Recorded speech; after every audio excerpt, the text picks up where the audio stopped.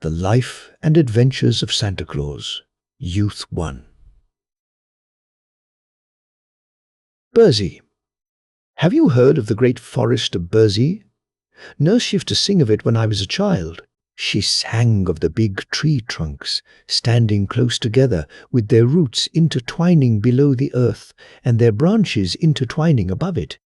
Of their rough coating of bark and queer, gnarled limbs. Of the bushy foliage that roofed the entire forest, save where the sunbeams found a path through which to touch the ground in little spots and to cast weird and curious shadows over the mosses, the lichens and the drifts of dried leaves. The forest of Burzee is mighty and grand and awesome to those who steal beneath its shade. Coming from the sunlit meadows into its mazes, it seems at first gloomy, then pleasant, and afterward filled with never-ending delights. For hundreds of years it has flourished in all its magnificence, the silence of its enclosure unbroken save by the chirp of busy chipmunks, the growl of wild beasts, and the songs of birds. Yet Burzee has its inhabitants for all this. Nature peopled it in the beginning with fairies, knooks, ryls, and nymphs. As long as the forest stands, it will be a home, a refuge, and a playground to these sweet immortals, who revel undisturbed in its depths. Civilization has never yet reached Burzee. Will it ever, I wonder? 2. The Child of the Forest. Once, so long ago our great-grandfathers could scarcely have heard it mentioned, there lived within the great forest of Burzee a wood-nymph named Necile.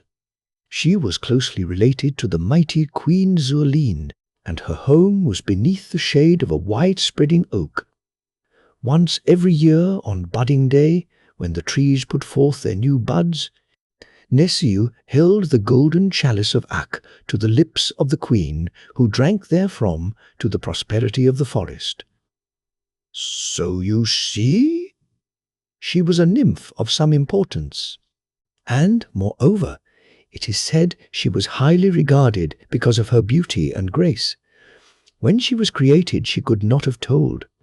Queen Zurline could not have told. The great Ak himself could not have told. It was long ago, when the world was new, and nymphs were needed to guard the forests and to minister to the wants of the young trees. Then, on some day not remembered, Necile sprang into being, radiant, lovely, straight and slim as the sapling she was created to guard. Her hair was the color that lines a chestnut. Her eyes were blue in the sunlight and purple in the shade. Her cheeks bloomed with the faint pink that edges the clouds at sunset. Her lips were full red, pouting and sweet. For costume she adopted oak leaf green. All the wood nymphs dress in that color, and know no other so desirable. Her dainty feet were sandal-clad, while her head remained bare of covering other than her silken tresses. Necile's duties were few and simple. She kept hurtful weeds from growing beneath her trees and sapping the earth food required by her charges. She frightened away the gadgulls, who took evil delight in flying against the tree trunks and wounding them so that they drooped and died from the poisonous contact. In dry seasons she carried water from the brooks and pools and moistened the roots of her thirsty dependents. That was in the beginning. The weeds had now learned to avoid the forests where wood nymphs dwelt. The loathsome gadgulls no longer dared come nigh. The trees had become old and sturdy and could bear the drought better than when fresh sprouted. So Necile's duties were lessened, and time grew laggard, while succeeding years became more tiresome and uneventful than the nymph's joyous spirit loved. Truly the forest dwellers did not lack amusement. Each full moon they danced in the royal circle of the queen.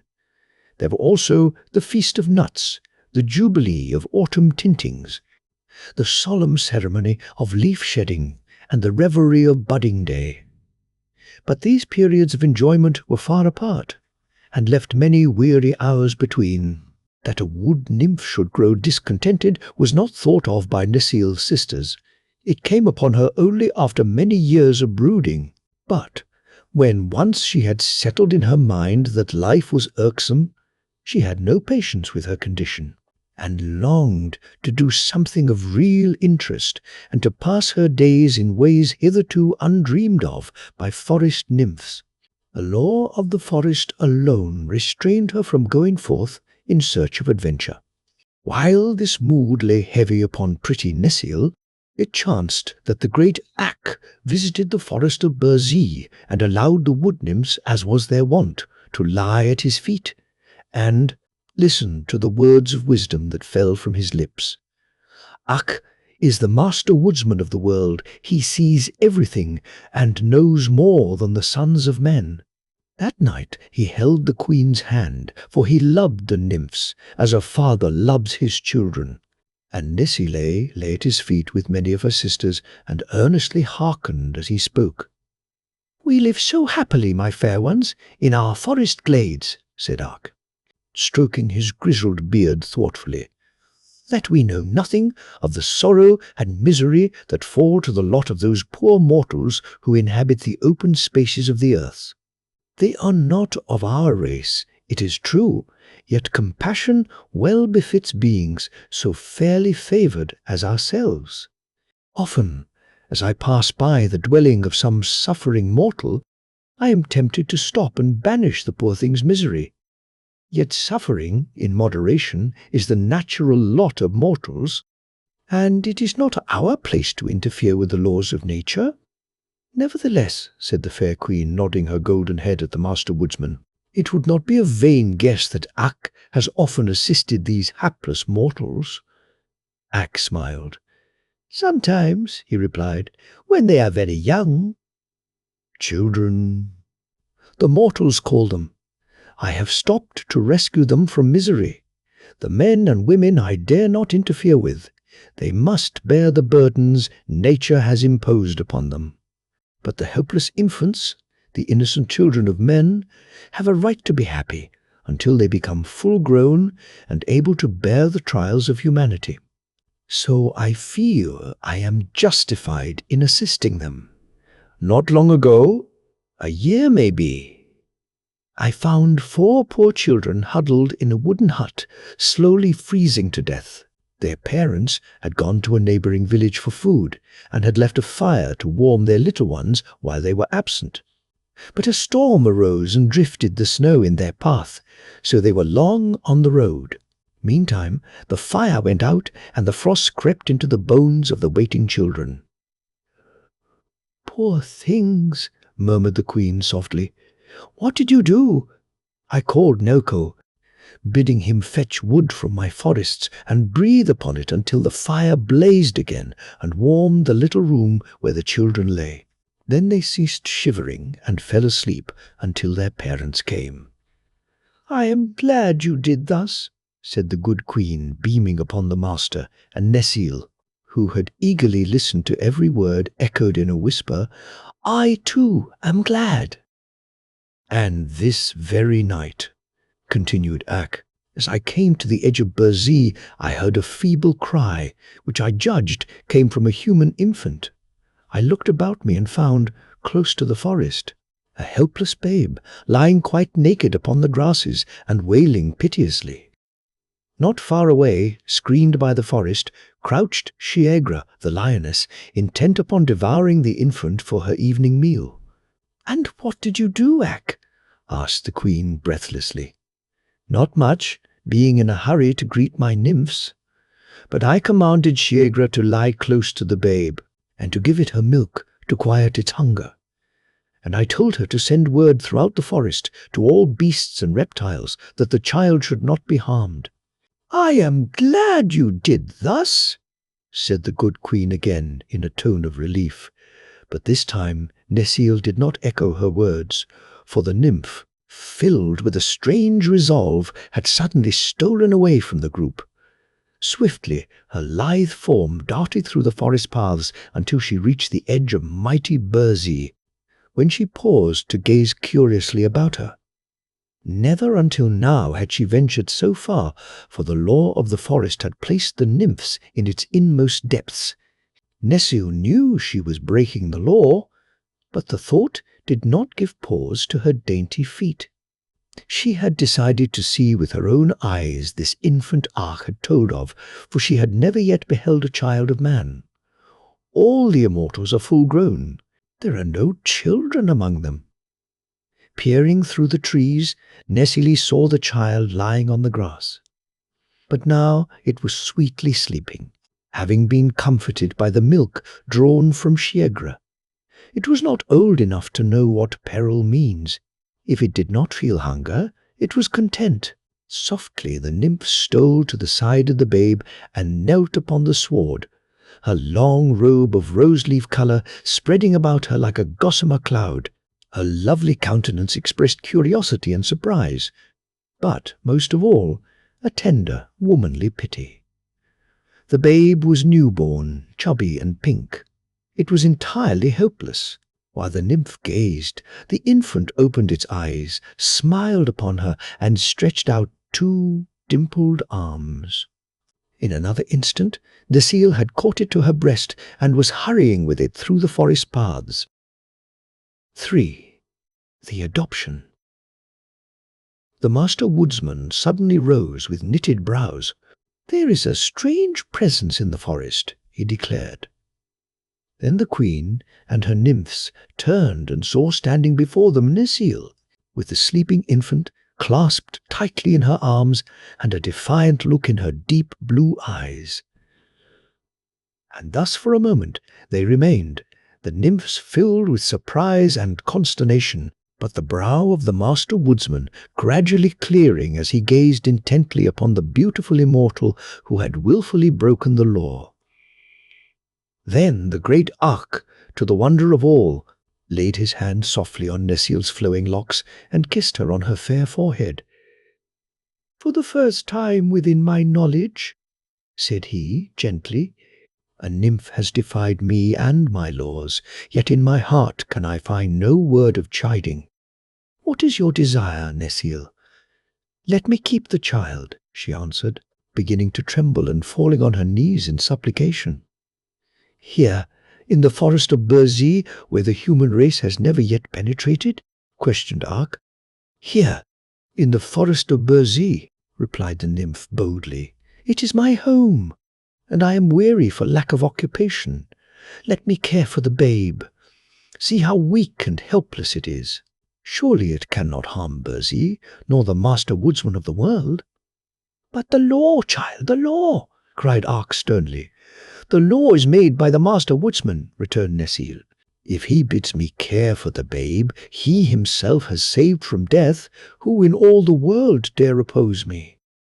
Queen Zurline, who had listened intently to this conversation, clapped her pretty hands gleefully at the nymph's answer.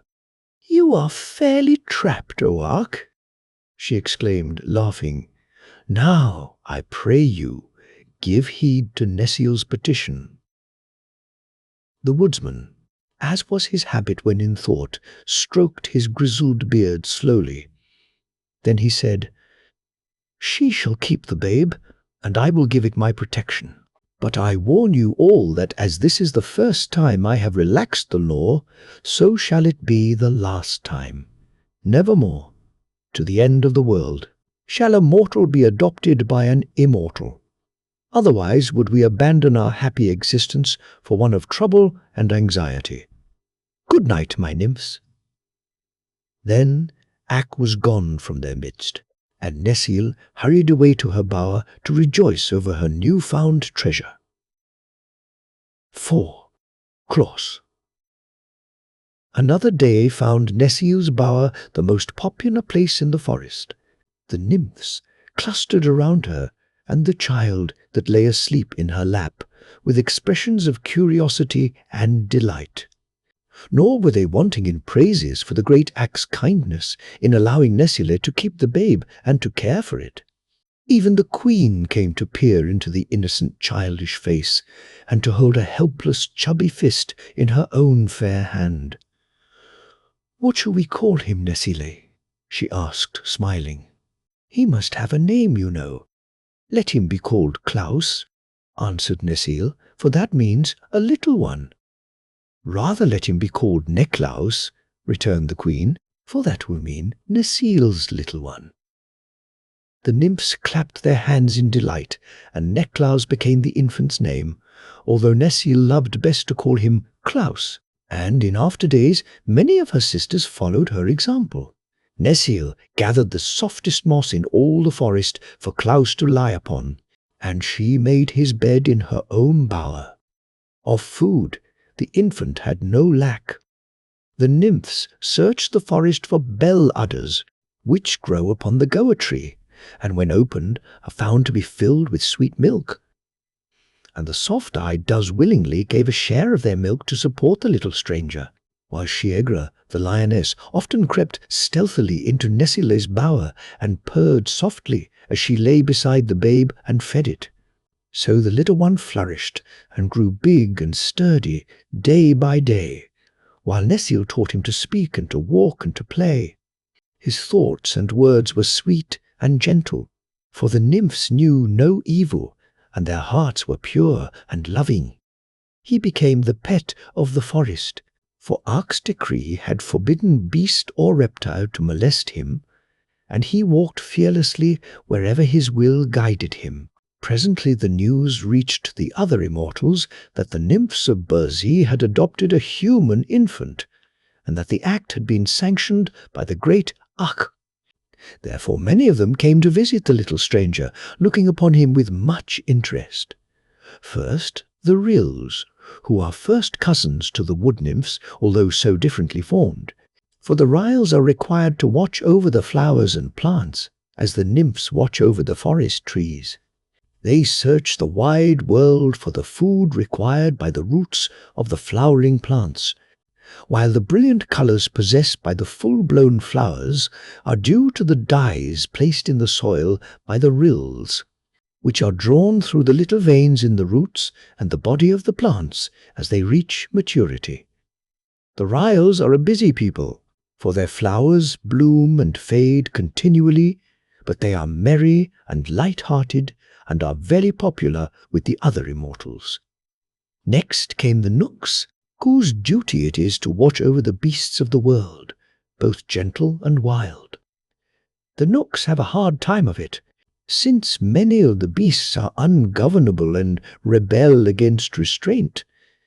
But they know how to manage them after all, and you will find that certain laws of the Knooks are obeyed by even the most ferocious animals.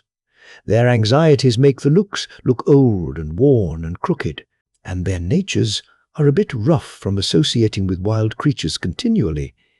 Yet they are most useful to humanity and to the world in general, as their laws are the only laws the forest beasts recognize except those of the master woodsman.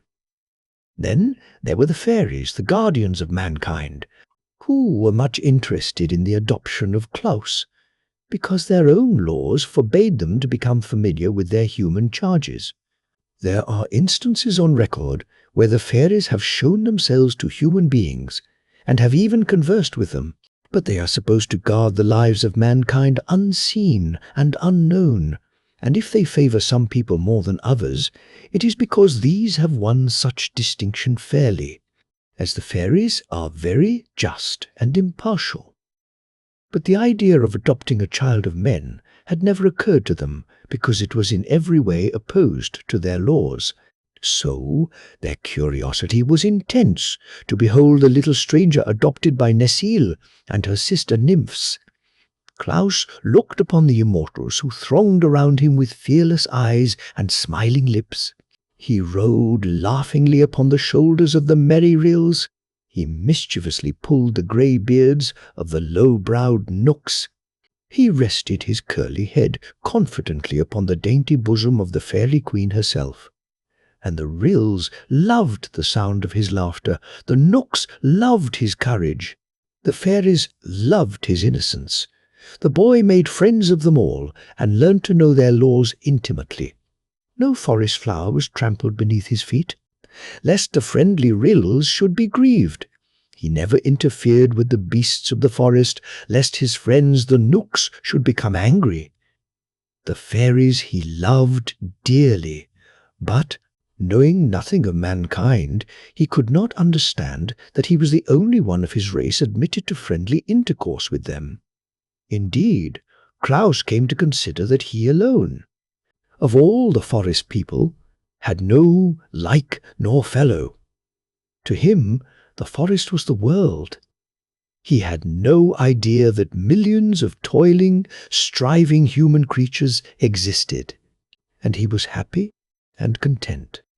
Some people have spelled this name Niklaus and others Nikolaus, which is the reason that Santa Claus is still known in some lands as Saint Nicholas.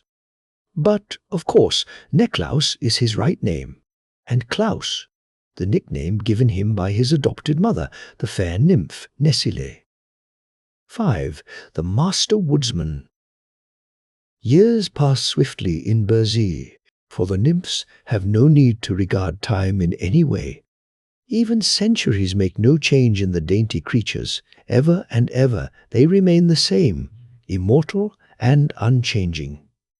Claus, however, being mortal, grew to manhood day by day. Nesile was disturbed presently to find him too big to lie in her lap, and he had a desire for other food than milk. His stout legs carried him far into Berzee's heart, where he gathered supplies of nuts and berries, as well as several sweet and wholesome roots, which suited his stomach better than the Baladers. He sought Nesile's bower less frequently, till finally it became his custom to return thither only to sleep.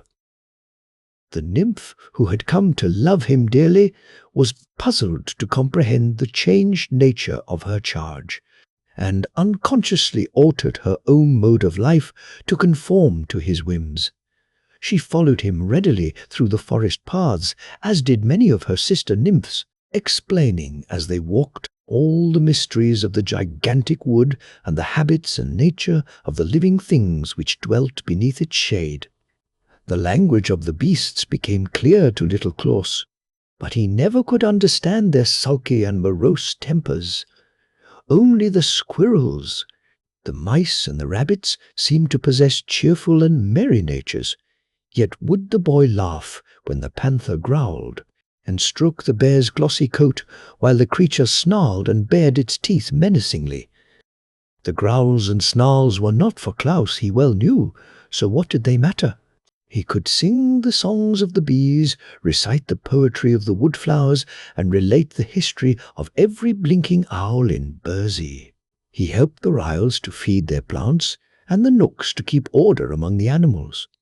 The little immortals regarded him as a privileged person, being especially protected by Queen Zurline and her nymphs, and favoured by the great Ak himself. One day the Master Woodsman came back to the forest of Berzee. He had visited, in turn, all his forests throughout the world, and they were many and broad.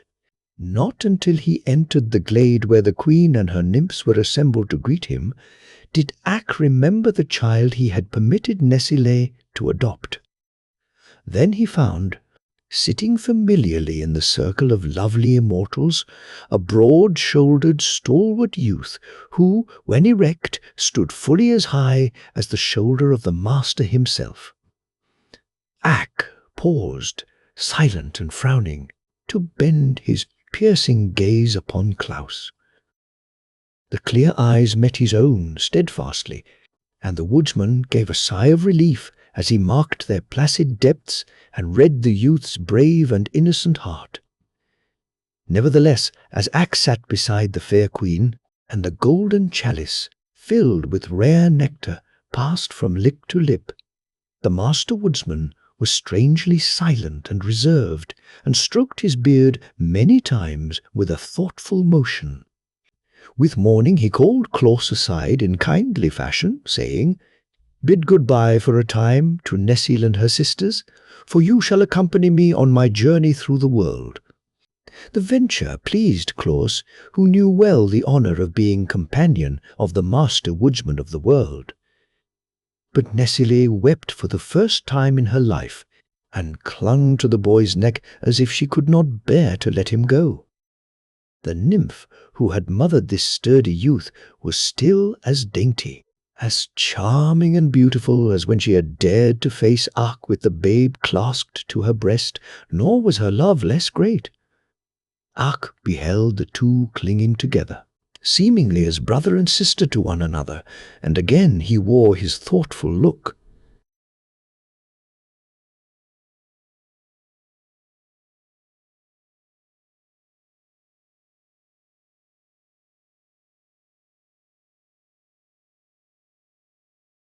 Six.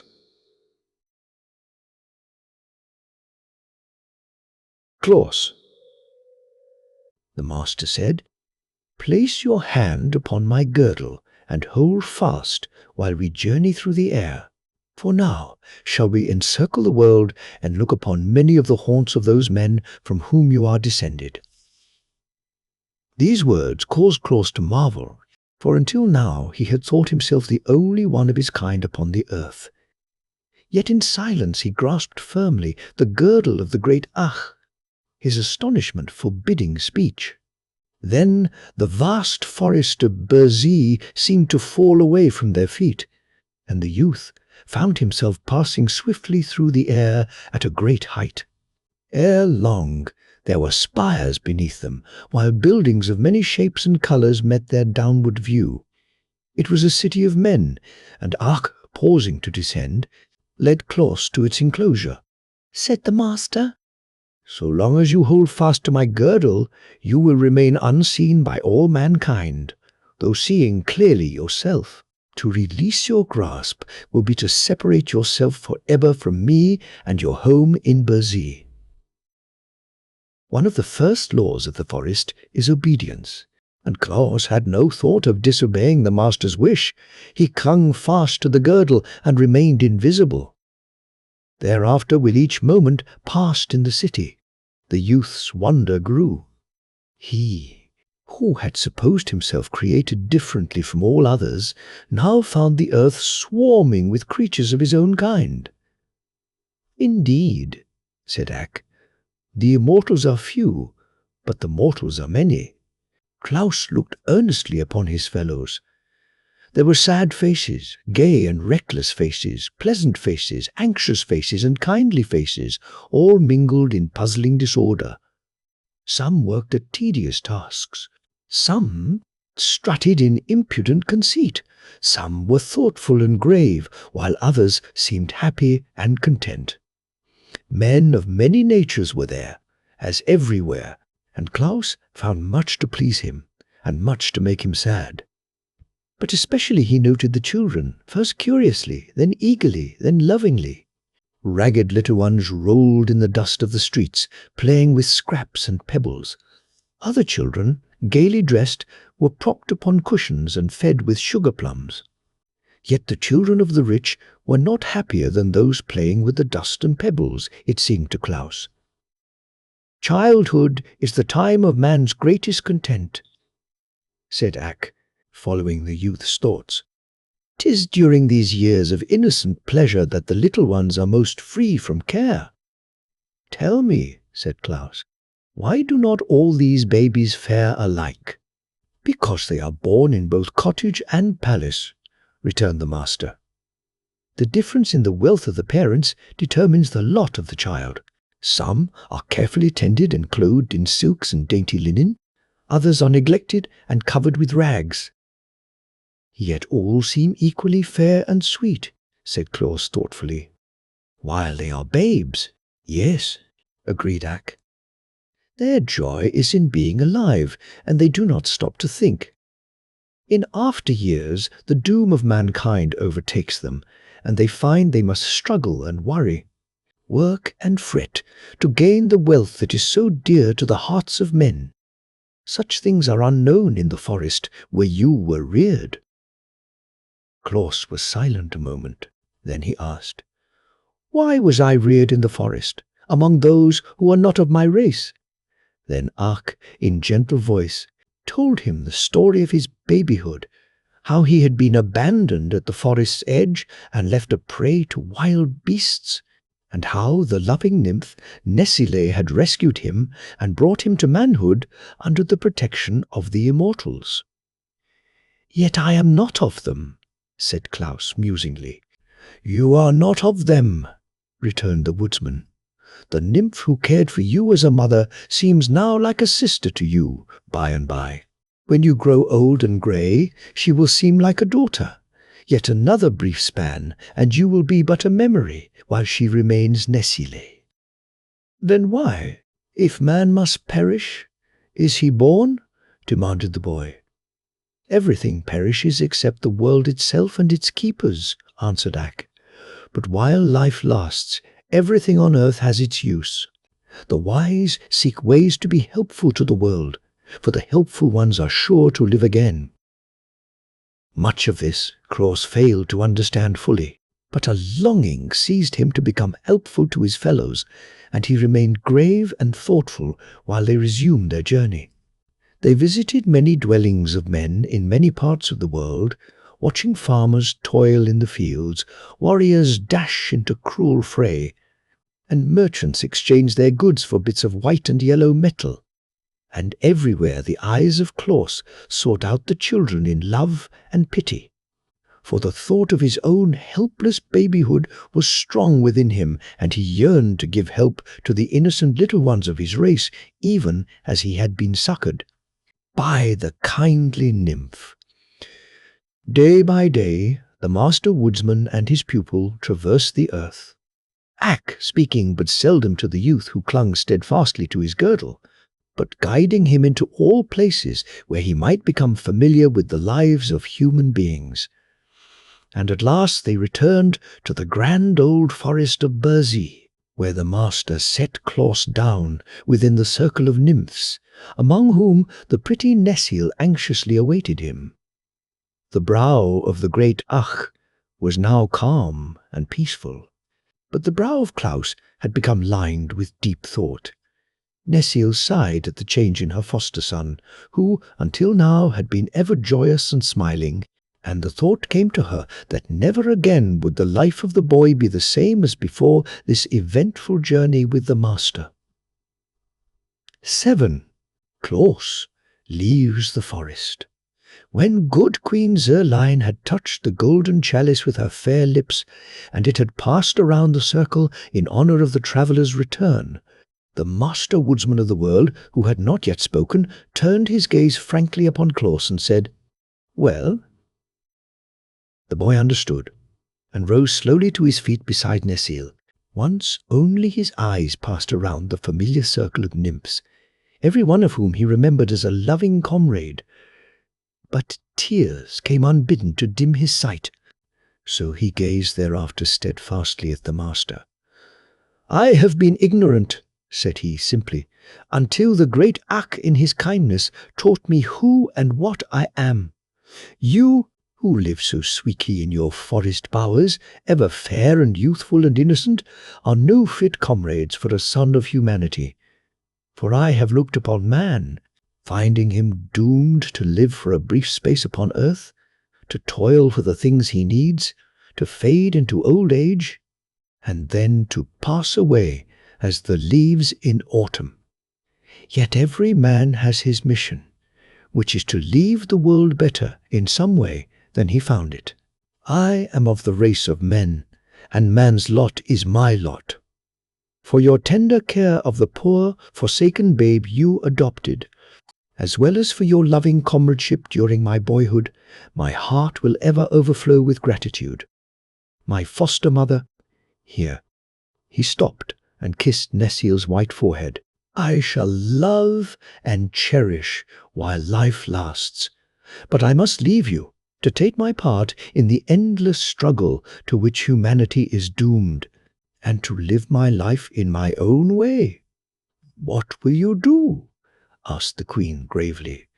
"I must devote myself to the care of the children of mankind, and try to make them happy," he answered. "Since your own tender care of a babe brought to me happiness and strength, It is just and right that I devote my life to the pleasure of other babes. Thus will the memory of the loving nymph, Nessie, be planted within the hearts of thousands of my race for many years to come, and her kindly act be recounted in song and in story while the world shall last. Have I spoken well, O master?" "You have spoken well," returned Ake, and rising to his feet he continued, "Yet one thing must not be forgotten. Having been adopted as the child of the forest and the playfellow of the nymphs, you have gained a distinction which forever separates you from your kind. Therefore, when you go forth into the world of men, you shall retain the protection of the forest, and the powers you now enjoy will remain with you to assist you in your labors. In any need, you may call upon the nymphs, the rills, the nooks, and the fairies, and they will serve you gladly. I, the master woodsman of the world, have said it, and my word is the law." Claus looked upon Ak with grateful eyes. "This will make me mighty among men," he replied. "Protected by these kind friends, I may be able to make thousands of little children happy. I will try very hard to do my duty, and I know the forest people will give me their sympathy and help." "We will," said the Fairy Queen earnestly. "We will," cried the merry Ryls, laughing. "We will," shouted the crooked Knooks, scowling. "We will," exclaimed the sweet nymphs proudly.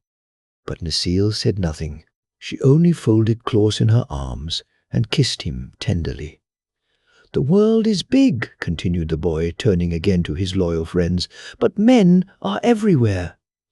I shall begin my work near my friends, so that if I meet with misfortune, I can come to the forest for counsel or help."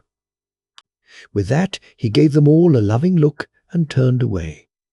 There was no need to say goodbye. Bye for him. The sweet, wild life of the forest was over. He went forth bravely to meet his doom, the doom of the race of man, the necessity to worry and work. But Ak, who knew the boy's heart, was merciful and guided his steps. Coming through Burzee to its eastern edge, Claus reached the laughing valley of Hohaho. On each side were rolling green hills, and a brook wandered midway between them to wind afar off beyond the valley. At his back was the grim forest, at the far end of the valley, a broad plain. The eyes of the young man, which had until now reflected his grave thoughts, became brighter as he stood silent, looking out upon the laughing valley. Then, on a sudden, his eyes twinkled, as stars do on a still night, and grew merry and wide. For at his feet the cowslips and daisies smiled on him in friendly regard. The breeze whistled gaily as it passed by, and fluttered the locks on his forehead. The brook laughed joyously as it leaped over the pebbles and swept around the green curves of its banks. The bees sang sweet songs as they flew from dandelion to daffodil. The beetles chirruped happily in the long grass, and the sunbeams glinted pleasantly over all the scene. "Here," cried Claus, stretching out his arms as if to embrace the valley, "will I make my home? That was many, many years ago. It has been his home ever since. It is his home now." Manhood. 1. The Laughing Valley. When Claus came, the valley was empty save for the grass, the brook, the wild flowers, the bees, and the butterflies. If he would make his home here and live after the fashion of men, he must have a house. This puzzled him at first, but while he stood smiling in the sunshine, he suddenly found beside him old Nelko, the servant of the master woodsman. Nelko bore an axe, strong and broad, with blade that gleamed like burnished silver. This he placed in the young man's hand, then disappeared without a word. Claus understood, and turning to the forest's edge, he selected a number of fallen tree trunks, which he began to clear of their dead branches. He would not cut into a living tree. His life among the nymphs who guarded the forest had taught him that a live tree is sacred, being a created thing endowed with feeling. But with the dead and fallen trees, it was different. They had fulfilled their destiny as active members of the forest community, and now it was fitting that their remains should minister to the needs of man. The axe bit deep into the logs at every stroke. It seemed to have a force of its own, and Claus had but to swing and guide it. When shadows began creeping over the green hills to lie in the valley overnight, the young man had chopped many logs into equal lengths and proper shapes for building a house such as he had seen the poorer classes of men inhabit. Then, resolving to await another day before he tried to fit the logs together, Claus ate some of the sweet roots he well knew how to find, drank deeply from the laughing brook, and lay down to sleep on the grass, first seeking a spot where no flowers grew, lest the weight of his body should crush them. And while he slumbered and breathed in the perfume of the wondrous valley, the spirit of happiness crept into his heart and drove out all terror and care and misgivings. Never more would the face of Claus be clouded with anxieties. Never more would the trials of life weigh him down as with a burden. The Laughing Valley had claimed him for its own. Would that we all might live in that delightful place. But then, maybe, it would become overcrowded. For ages it had awaited a tenant. Was it chance that led young Claus to make his home in this happy vale? Or may we guess that his thoughtful friends, the immortals, had directed his steps when he wandered away from Burzee to seek a home in the great world? Certain it is that while the moon peered over the hilltop and flooded with its soft beams the body of the sleeping stranger, the Laughing Valley was filled with the queer, crooked shapes of the friendly nooks. These people spoke no words, but worked with skill and swiftness. The logs Claus had trimmed with his bright axe were carried to a spot beside the brook and fitted one upon another. And during the night a strong and roomy dwelling was built. The birds came sweeping into the valley at daybreak, and their songs, so seldom heard in the deep wood, aroused the stranger. He rubbed the web of sleep from his eyelids and looked around. The house met his gaze. "I must thank the looks for this," said he gratefully. Then he walked to his dwelling and entered at the doorway. A large room faced him, having a fireplace at the end and a table and bench in the middle. Beside the fireplace was a cupboard. Another doorway was beyond. Claus entered here also, and saw a smaller room with a bed against the wall and a stool set near a small stand. On the bed were many layers of dried moss brought from the forest. "Indeed, it is a palace," exclaimed the smiling Claus. "I must thank the good Knooks again for their knowledge of man's needs as well as for their labours in my behalf." He left his new home with a glad feeling that he was not quite alone in the world, although he had chosen to abandon his forest life. Friendships are not easily broken, and the immortals are everywhere. Upon reaching the brook, he drank of the pure water, and then sat down on the bank to laugh at the mischievous gambols of the ripples as they pushed one another against rocks or crowded desperately to see which should first reach the turn beyond. And as they raced away, he listened to the song they sang. "Rushing, pushing on, we go. Not a wave may gently flow. All are too excited. Every drop, delighted, turns to spray in merry play as we tumble on our way." Next, Claus searched for roots to eat, while the daffodils turned their little eyes up to him laughingly and lisped their dainty song. Blooming fairly, growing rarely, never flowerets were so gay, perfume breathing, joy bequeathing, as our colours we display.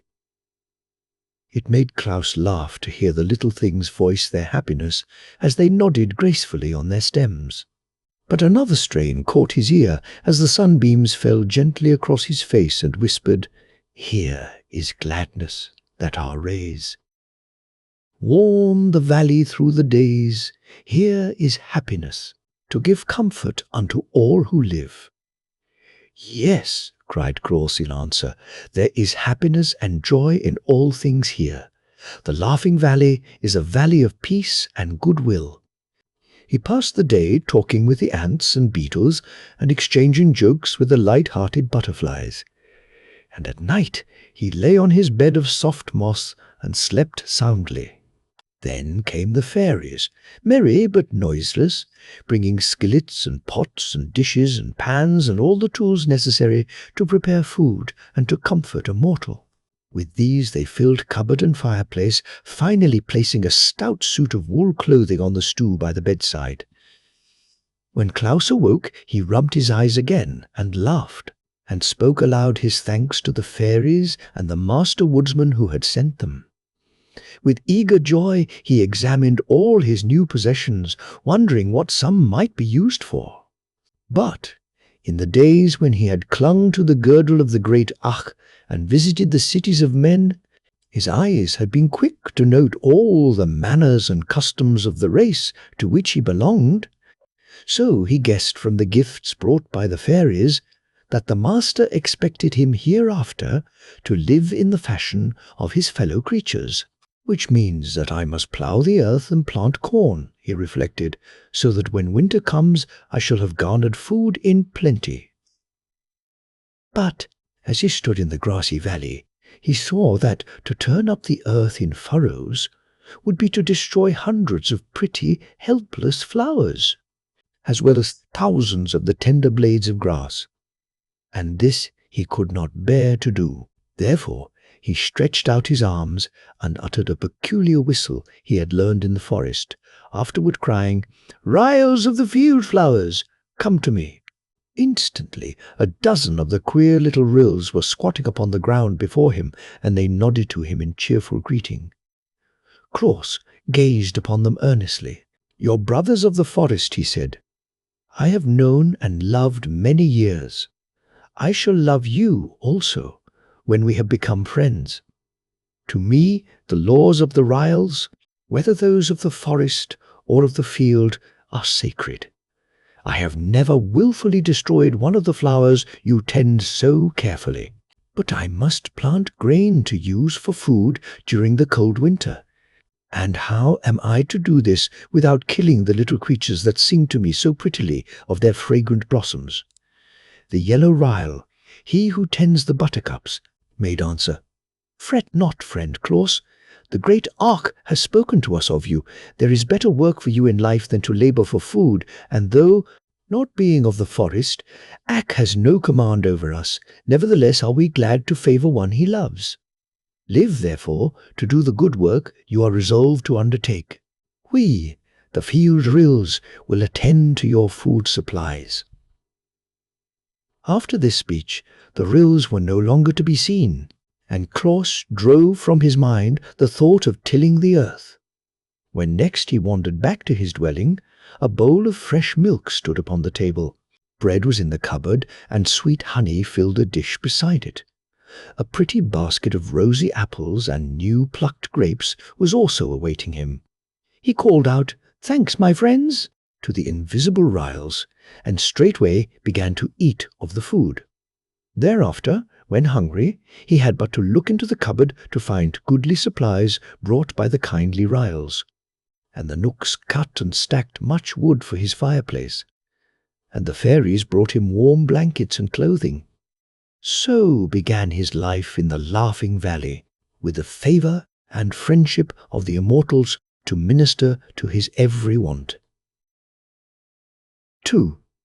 How Claus made the first toy.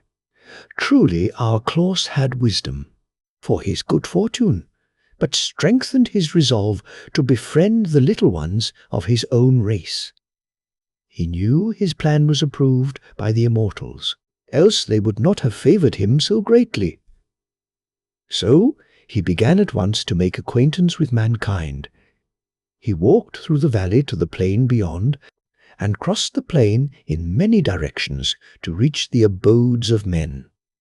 These stood singly or in groups of dwellings called villages. And in nearly all the houses, whether big or little, Claus found children.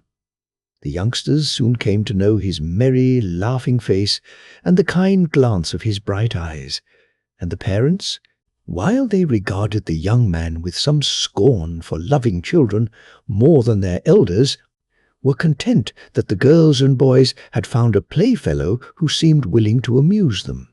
So the children romped and played games with Claus, and the boys rode upon his shoulders, and the girls nestled in his strong arms, and the babies clung fondly to his knees. Wherever the young man chanced to be, the sound of childish laughter followed him, and to understand this better you must know that children were much neglected in those days and received little attention from their parents, so that it became to them a marvel that so goodly a man as Claus devoted his time to making them happy. And those who knew him were, you may be sure, very happy indeed. The sad faces of the poor and abused grew bright for once. The cripples smiled despite his misfortune. The ailing ones hushed their moans, and the grieved ones their cries, when their merry friend came nigh to comfort them. Only at the beautiful palace of the Lord of Lurd, and at the frowning castle of the Baron Brown, was Claus refused admittance. There were children at both places, but the servants at the palace shut the door in the young stranger's face, and the fierce baron threatened to hang him from an iron hook on the castle walls. Whereupon Claus sighed and went back to the poorer dwellings where he was welcome. After a time the winter drew near. The flowers lived out their lives and faded and disappeared. The beetles burrowed far into the warm earth. The butterflies deserted the meadows, and the voice of the brook grew hoarse, as if it had taken cold. One day snowflakes filled all the air in the laughing valley, dancing boisterously toward the earth and clothing in pure white raiment the roof of Claus's dwelling. At night Jack Frost rapped at the door. "Come in," cried Claus. "Come out," answered Jack, "for you have a fire inside." So Claus came out.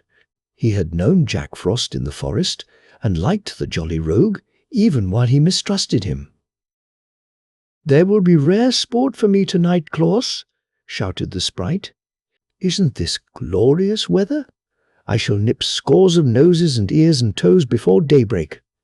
"If you love me, Jack, spare the children," begged Claus. "And why?" asked the other, in surprise. "They are tender and helpless," answered Claus. "But I love to nip the tender ones," declared Jack. "The older ones are tough and tire my fingers." "The young ones are weak and cannot fight you," said Claus. "True," agreed Jack thoughtfully. "Well, I will not pinch a child this night, if I can resist the temptation," he promised. "Good night, Claus. Good night." The young man went in and closed the door, and Jack Frost ran on to the nearest village. Claus threw a log on the fire, which burned up brightly. Beside the hearth sat Blinky, a big cat given him by Peter the Knook. Her fur was soft and glossy, and she purred never-ending songs of contentment. "I shall not see the children again soon," said Claus to the cat, who kindly paused in her song to listen. "The winter is upon us. The snow will be deep for many days, and I shall be unable to play with my little friends." The cat raised a paw and stroked her nose thoughtfully, but made no reply. So long as the fire burned and Claus sat in his easy chair by the hearth, she did not mind the weather. So passed many days and many long evenings. The cupboard was always full, but Claus became weary with having nothing to do more than to feed the fire from the big wood pile the Knooks had brought him. One evening he picked up a stick of wood and began to cut it with his sharp knife. He had no thought, at first, except to occupy his time, and he whistled and sang to the cat as he carved away portions of the stick. Puss sat up on her haunches and watched him, listening at the same time to her master's merry whistle, which she loved to hear even more than her own purring songs. Klaus glanced at Puss, and then at the stick he was whittling, until presently the wood began to have a shape, and the shape was like the head of a cat, with 2 ears sticking upward. Klaus stopped whistling to laugh, and then both he and the cat looked at the wooden image in some surprise. Then he carved out the eyes and the nose and rounded the lower part of the head so that it rested upon a neck. Puss hardly knew what to make of it now, and sat up stiffly, as if watching with some suspicion what would come next. Claus knew. The head gave him an idea. He plied his knife carefully and with skill, forming slowly the body of the cat, which he made to sit upon its haunches as the real cat did, with her tail wound around her 2 front legs. The work cost him much time, but the evening was long and he had nothing better to do. Finally, he gave a loud and delighted laugh at the result of his labours, and placed the wooden cat, now completed, upon the hearth opposite the real one. Puss thereupon glared at her image, raised her hair in anger, and uttered a defiant mew. The wooden cat paid no attention, and Claus, much amused, laughed again. Then Blinky advanced toward the wooden image to eye it closely, and smell of it intelligently. Eyes and nose told her the creature was wood, in spite of its natural appearance. So Puss resumed her seat and her purring. But as she neatly washed her face with her padded paw, she cast more than one admiring glance at her clever master.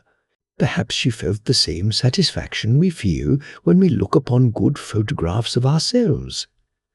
The cat's master was himself pleased with his handiwork, without knowing exactly why. Indeed, he had great cause to congratulate himself that night, and all the children throughout the world should have joined him rejoicing. For Klaus had made his first toy. 3. How the royals coloured the toys! A hush lay on the laughing valley now. Snow covered it like a white spread, and pillows of downy flakes drifted before the dwelling where Claus sat feeding the blaze of the fire. The brook gurgled on beneath a heavy sheet of ice, and all living plants and insects nestled close to Mother Earth to keep warm. The face of the moon was hid by dark clouds, and the wind, delighting in the wintry sport, pushed and whirled the snowflakes in so many directions that they could get no chance to fall to the ground. Claus heard the wind whistling and shrieking in its play, and thanked the good Knooks again for his comfortable shelter. Blinky washed her face lazily and stared at the coals with a look of perfect content. The toy cat sat opposite the real one and gazed straight ahead, as toy cats should. Suddenly Claus heard a noise that sounded different from the voice of the wind. It was more like a wail of suffering and despair. He stood up and listened, but the wind, growing boisterous, shook the door and rattled the windows to distract his attention. He waited until the wind was tired, and then, still listening, he heard once more the shrill cry of distress. Quickly he drew on his coat, pulled his cap over his eyes, and opened the door. The wind dashed in and scattered the embers over the hearth, at the same time blowing Blinky's fur so furiously that she crept under the table to escape. Then the door was closed, and Claus was outside, peering anxiously into the darkness. The wind laughed and scolded and tried to push him over, but he stood firm. The helpless flakes stumbled against his eyes and dimmed his sight, but he rubbed them away and looked again. Snow was everywhere, white and glittering. It covered the earth and filled the air. The cry was not repeated. Claus turned to go back into the house, but the wind caught him unawares, and he stumbled and fell across a snowdrift. His hand plunged into the drift and touched something that was not snow.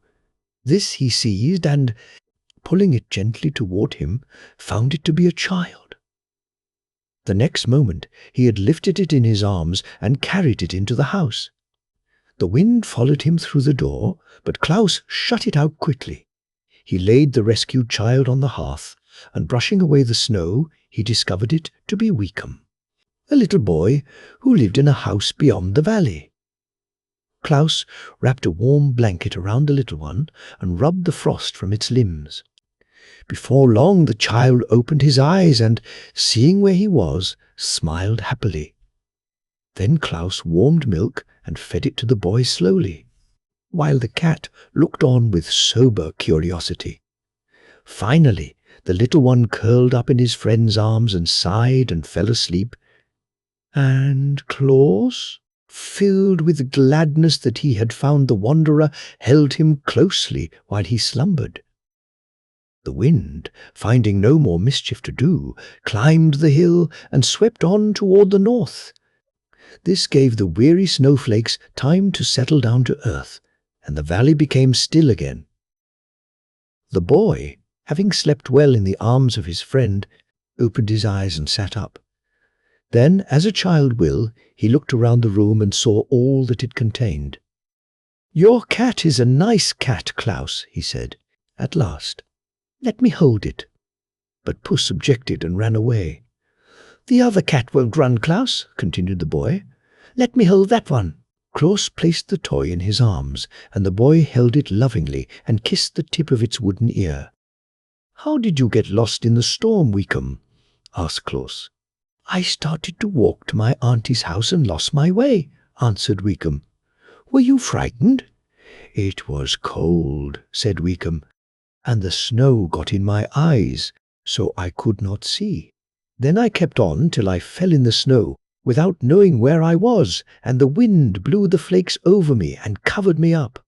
Klaus gently stroked his head, and the boy looked up at him and smiled. "I'm all right now," said Weekum. "Yes," replied Klaus happily. "Now I will put you in my warm bed, and you must sleep until morning, when I will carry you back to your mother." "May the cat sleep with me?" asked the boy.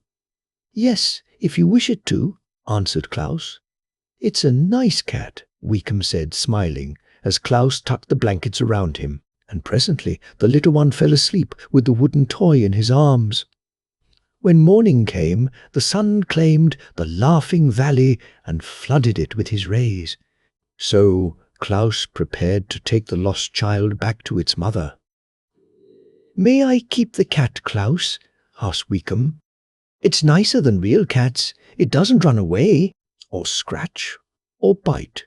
May I keep it?" "Yes, indeed," answered Klaus, pleased that the toy he had made could give pleasure to the child. So he wrapped the boy and the wooden cat in a warm cloak, perching the bundle upon his own broad shoulders. And then he tramped through the snow and the drifts of the valley and across the plain beyond to the poor cottage where Weekum's mother lived. "See, Mamma!" cried the boy. As soon as they entered, "I've got a cat!" The good woman wept tears of joy over the rescue of her darling and thanked Klaus many times for his kind act. So he carried a warm and happy heart back to his home in the valley. That night he said to Puss, "I believe the children will love the wooden cats almost as well as the real ones, and they can't hurt them by pulling their tails and ears. I'll make another." So this was the beginning of his great work. The next cat was better made than the first. While Klaus sat whittling it out, the yellow Ryle came in to make him a visit, and so pleased was he with the man's skill that he ran away and brought several of his fellows. There sat the red Ryle, the black Ryle, the green Ryle, the blue Ryle, and the yellow Ryle in a circle on the floor, while Klaus whittled and whistled and the wooden cat grew into shape. "If it could be made the same color as the real cat, no one would know the difference," said the yellow Ryle thoughtfully. "The little ones, maybe, would not know the difference," replied Klaus, pleased with the idea. "I will bring you some of the red that I color my roses and tulips with," cried the red Ryle, "and then you can make the cat's lips and tongue red." "I will bring some of the green that I color my grasses and leaves with," said the green Ryl, "and then you can color the cat's eyes green." "They will need a bit of yellow also," remarked the yellow Ryle. "I must fetch some of the yellow that I use to color my buttercups and goldenrods with." "The real cat is black," said the black Ryle.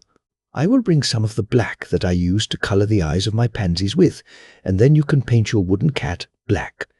I see you have a blue ribbon around Blinky's neck, added the blue Ryle. I will get some of the color that I use to paint the bluebells and forget-me-nots with, and then you can carve a wooden ribbon on the toy cat's neck and paint it blue. So the Ryls disappeared, and by the time Claus had finished carving out the form of the cat, they were all back with the paints and brushes.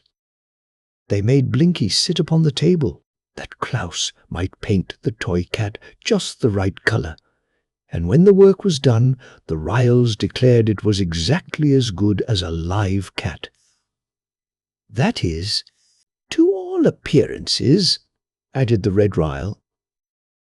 Blinky seemed a little offended by the attention bestowed upon the toy, and that she might not seem to approve the imitation cat. She walked to the corner of the hearth and sat down with a dignified air. But Claus was delighted, and as soon as morning came, he started out and tramped through the snow, across the valley and the plain, until he came to a village. There, in a poor hut near the walls of the beautiful palace of the Lord of Lurd, a little girl lay upon a wretched cot, moaning with pain. Claus approached the child and kissed her and comforted her, and then he drew the toy cat from beneath his coat, where he had hidden it, and placed it in her arms. Ah! How well he felt himself repaid for his labor and his long walk when he saw the little one's eyes grow bright with pleasure. She hugged the kitty tight to her breast as if it had been a precious gem, and would not let it go for a single moment. The fever was quieted, the pain grew less, and she fell into a sweet and refreshing sleep. Claus laughed and whistled and sang all the way home. Never had he been so happy as on that day. When he entered his house, he found Shiegra, the lioness, awaiting him. Since his babyhood, Shiegra had loved Claus, and while he dwelt in the forest, she had often come to visit him at Nessiel's bower. After Claus had gone to live in the Laughing Valley, Shiegra became lonely and ill at ease, and now she had braved the snowdrifts, which all lions abhor, to see him once more. Shiegra was getting old, and her teeth were beginning to fall out, while the hairs that tipped her ears and tail had changed from tawny yellow to white. Claus found her lying on his hearth, and he put his arms around the neck of the lioness and hugged her lovingly. The cat had retired into a far corner. She did not care to associate with Shiegra. Claus told his old friend about the cats he had made and how much pleasure they had given Weekum and the sick girl. Shiegra did not know much about children. Indeed, if she met a child, she could scarcely be trusted not to devour it. But she was interested in Claus's new labors, and said, "These images seem to me very attractive. Yet I cannot see why you should make cats, which are very unimportant animals. Suppose, now that I am here, you make the image of a lioness, the queen of all beasts. Then, indeed, your children will be happy and safe at the same time." Claus thought this was a good suggestion. So he got a piece of wood and sharpened his knife, while Shiegra crouched upon the hearth at his feet. With much care he carved the head in the likeness of the lioness, even to the two fierce teeth that curved over her lower lip, and the deep, frowning lines above her wide-open eyes. When it was finished, he said, "You have a terrible look, Shiegra." "Then the image is like me," she answered, "for I am indeed terrible to all who are not my friends." Claus now carved out the body, with Shiegra's long tail trailing behind it. The image of the crouching lioness was very lifelike. "It pleases me," said Shiegra, yawning and stretching her body gracefully. "Now I will watch while you paint." He brought the paints the Ryls had given him from the cupboard, and colored the image to resemble the real Shiegra. The lioness placed her big, patted paws upon the edge of the table, and raised herself while she carefully examined the toy that was her likeness. "You are indeed skillful," she said proudly. "The children will like that better than cats, I'm sure." Then snarling at Blinky, who arched her back in terror and whined fearfully, she walked away toward her forest home with stately strides. For how little Mary became frightened. The winter was over now, and all the Laughing Valley was filled with joyous excitement. The brook was so happy at being free once again that it gurgled more boisterously than ever, and dashed so recklessly against the rocks that it sent showers of spray high in the air. The grass thrust its sharp little blades upward through the mat of dead stalks where it had hidden from the snow. But the flowers were yet too timid to show themselves, although the reels were busy feeding their roots. The sun was in remarkably good humor, and sent his rays dancing merrily throughout the valley. Claus was eating his dinner one day when he heard a timid knock on his door. "Come in," he called. No one entered, but after a pause came another rapping. Claus jumped up and threw open the door. Before him stood a small girl holding a smaller brother fast by the hand. "Is you Claus?" she asked shyly. "Indeed I am, my dear," he answered with a laugh as he caught both children in his arms and kissed them. "You are very welcome, and you have come just in time to share my dinner." He took them to the table and fed them with fresh milk and nut cakes. When they had eaten enough, he asked, "Why have you made this long journey to see me?" "I wants a tat," replied little Mary, and her brother, who had not yet learned to speak many words, nodded his head and exclaimed like an echo, "Tat!"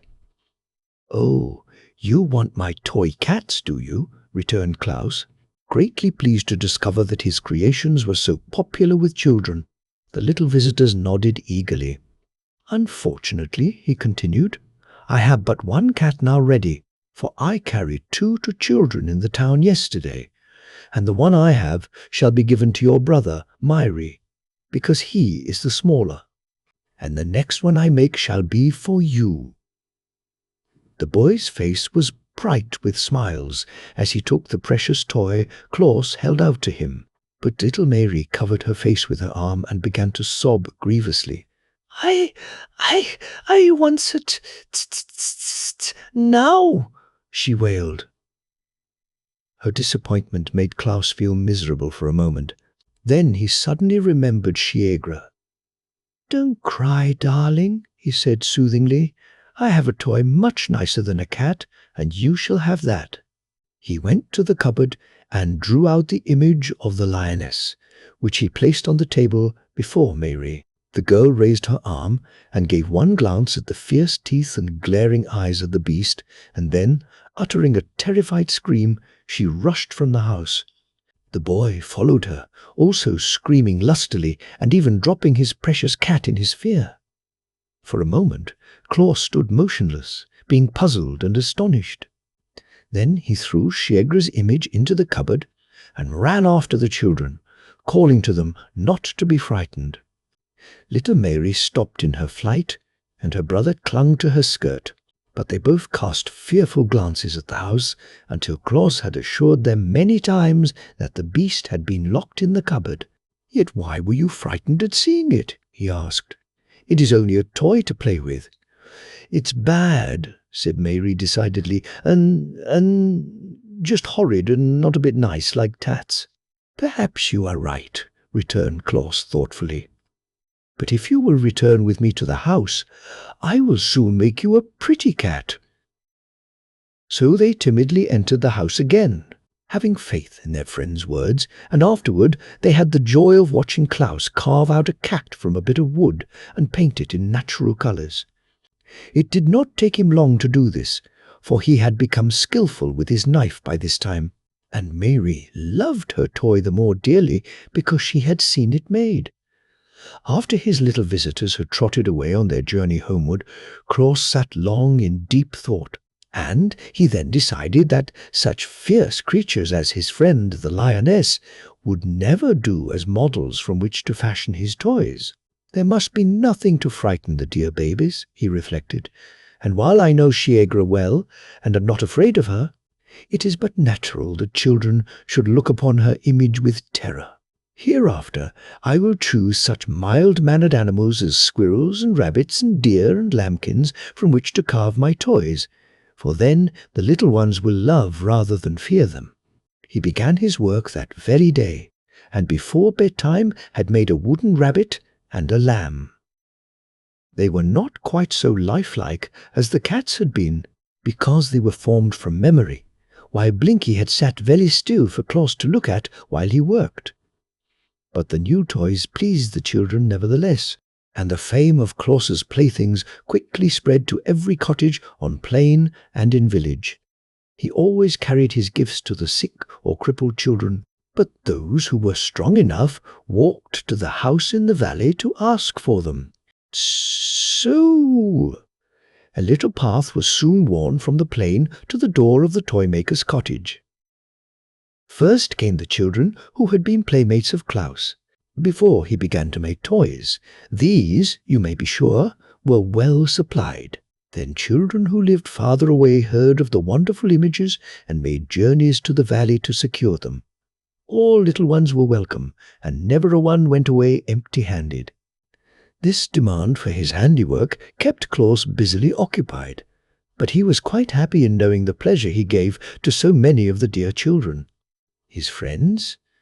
The immortals were pleased with his success and supported him bravely. The Knooks selected for him clear pieces of soft wood. That his knife might not be blunted in cutting them, the Ryls kept him supplied with paints of all colours and brushes fashioned from the tips of timothy grasses. The fairies discovered that the workmen needed saws and chisels and hammers and nails as well as knives, and brought him a goodly array of such tools. Claus soon turned his living room into a most wonderful workshop. He built a bench before the window and arranged his tools and paints so that he could reach everything as he sat on his stool. And as he finished toy after toy to delight the hearts of little children, he found himself growing so gay and happy that he could not refrain from singing and laughing and whistling all the day long. "It's because I live in the laughing valley where everything else laughs," said Claus. But that was not the reason. 5. How Bessie Blithesome came to the Laughing Valley one day as Claus sat before his door to enjoy the sunshine, while he busily carved the head and horns of a toy deer.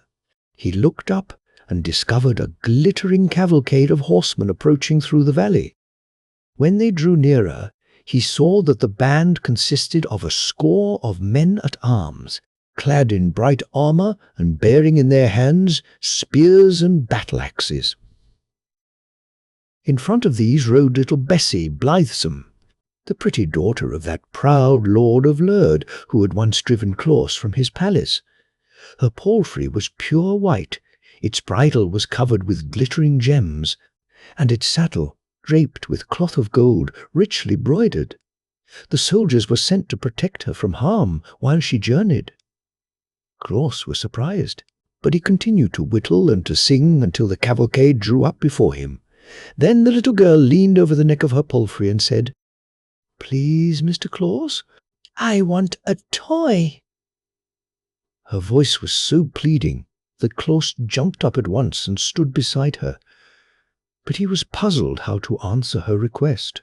"You are a rich lord's daughter," said he, "and have all that you desire." "Except toys," added Bessie.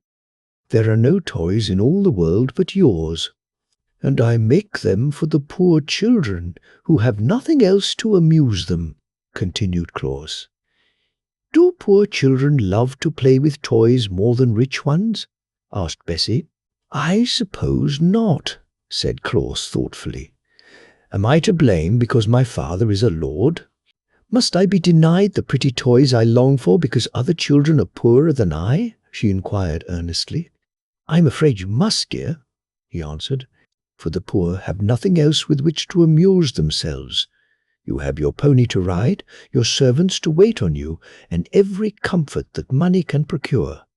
"But I want toys," cried Bessie, wiping away the tears that forced themselves into her eyes.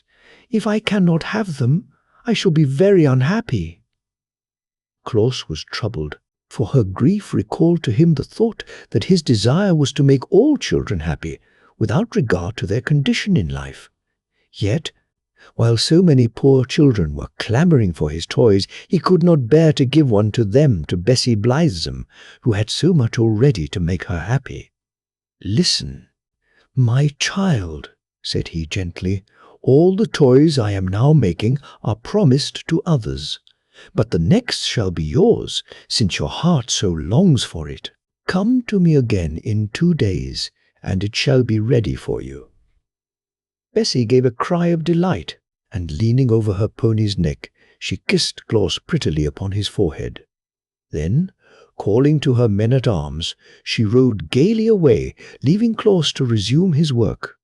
"If I am to supply the rich children as well as the poor ones," he thought, "I shall not have a spare moment in the whole year.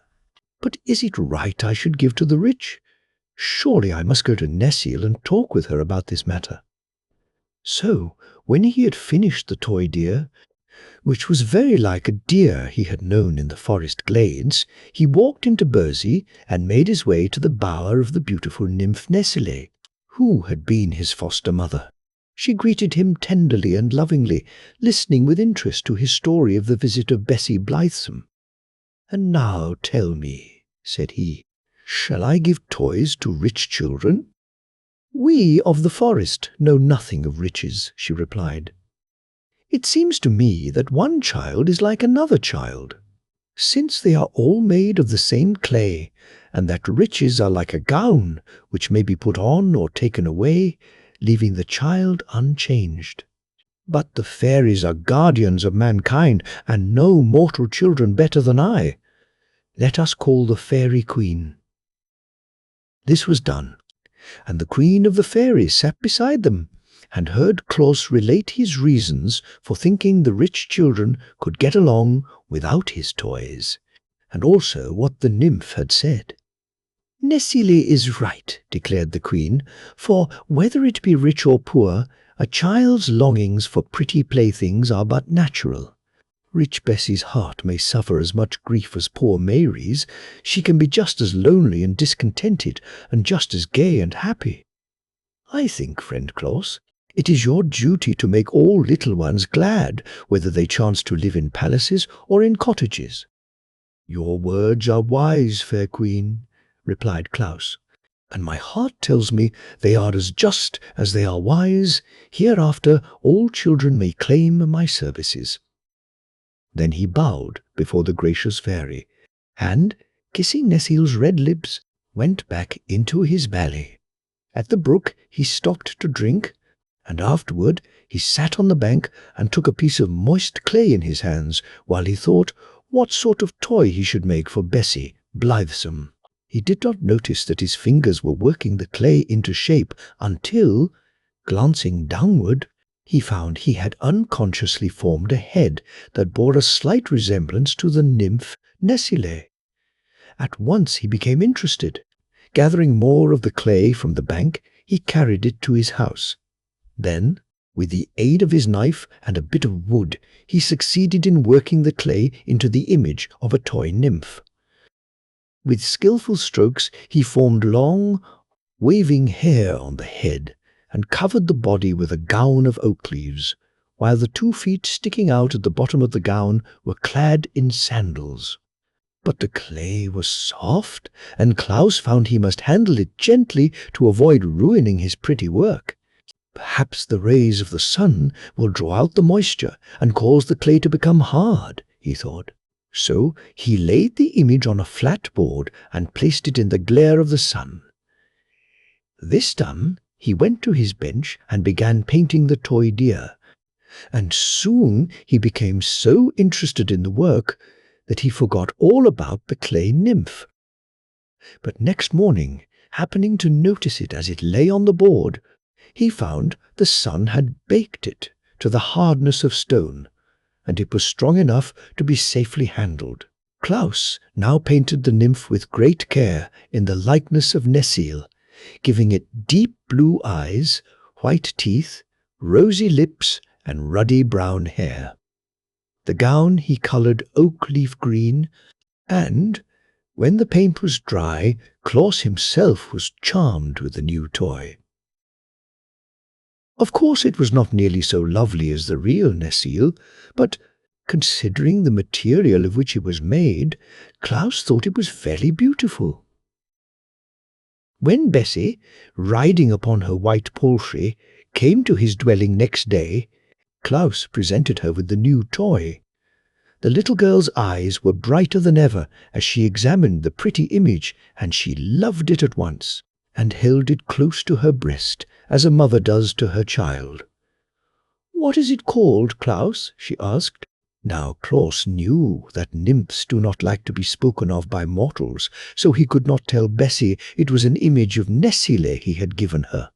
But as it was a new toy, he searched his mind for a new name to call it by, and the first word he thought of he decided would do very well.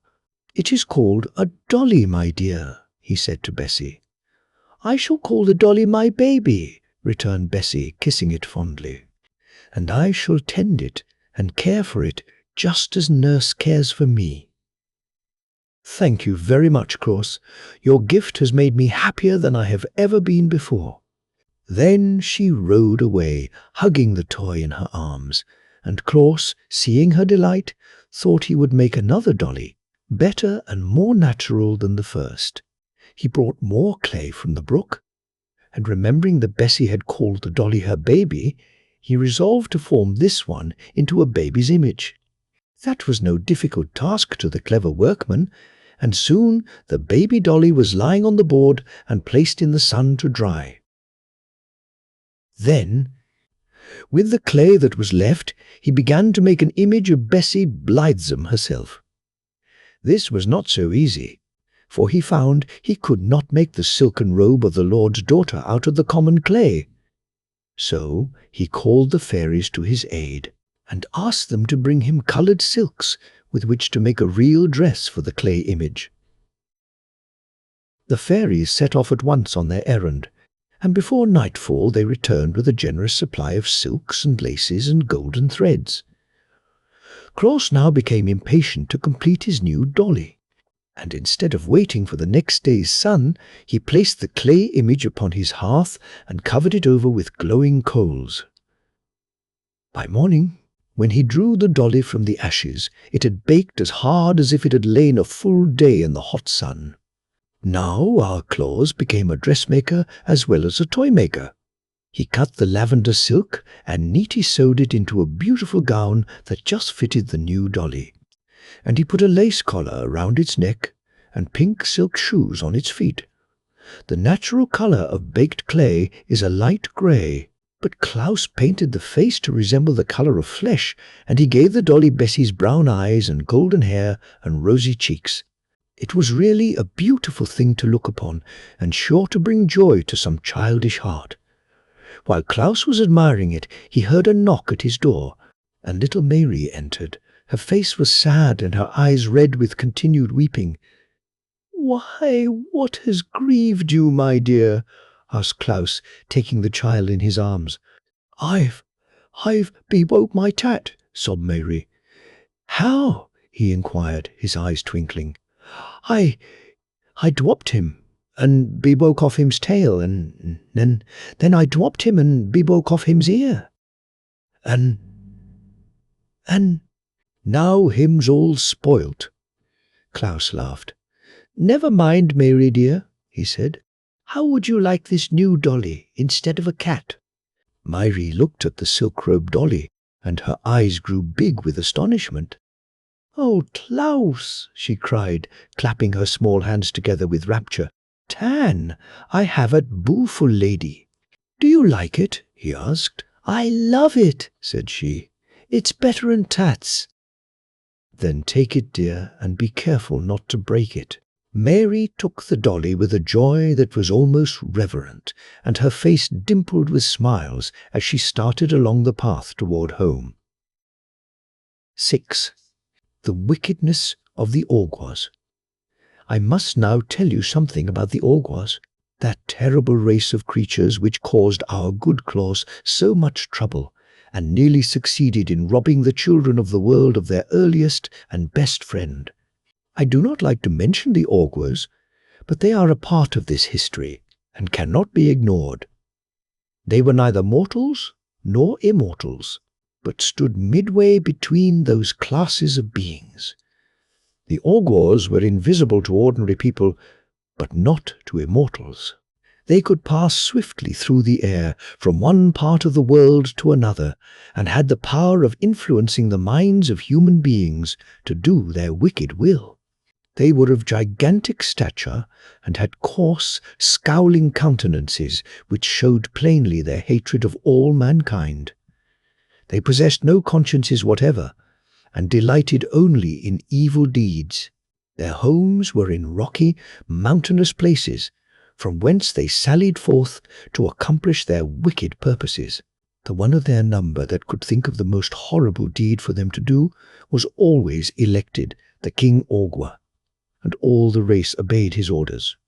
Sometimes these creatures lived to become 100 years old, but usually they fought so fiercely among themselves that many were destroyed in combat, and when they died, that was the end of them.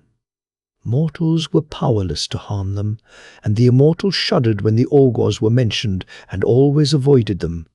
So they flourished for many years, unopposed, and accomplished much evil. I am glad to assure you that these vile creatures have long since perished and passed from earth. But in the days when Claus was making his first toys, they were a numerous and powerful tribe. One of the principal sports of the Awgwas was to inspire angry passions in the hearts of little children, so that they quarreled and fought with one another. They would tempt boys to eat of unripe fruit, and then delight in the pain they suffered. They urged little girls to disobey their parents, and then would laugh when the children were punished. I do not know what causes a child to be naughty in these days, but when the Awgwas were on earth, naughty children were usually under their influence. Now, when Claus began to make children happy, he kept them out of the power of the Awgwas. For children possessing such lovely playthings as he gave them had no wish to obey the evil thoughts the Awgwas tried to thrust into their minds. Therefore, one year when the wicked tribe was to elect a new king, they chose an Awgwa who proposed to destroy Claus and take him away from the children.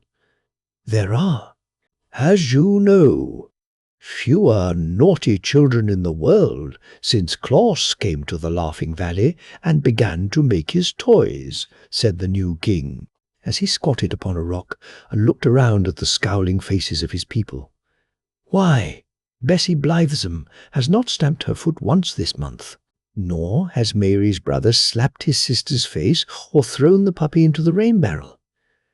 Little Weekum took his bath last night without screaming or struggling, because his mother had promised he should take his toy cat to bed with him. Such a condition of affairs is awful for any Awgwa to think of, and the only way we can direct the naughty actions of children is to take this person Claus away from them. Good, good, cried the big Awgwas in a chorus, and they clapped their hands to applaud the speech of the king. But what shall we do with him? Asked one of the creatures. I have a plan, replied the wicked king, and what his plan was you will soon discover. That night Claus went to bed feeling very happy, for he had completed no less than 4 pretty toys during the day, and they were sure, he thought, to make 4 little children happy. But while he slept, the band of invisible Awgwas surrounded his bed, bound him with stout cords, and then flew away with him to the middle of a dark forest in far-off Aethop, where they laid him down and left him.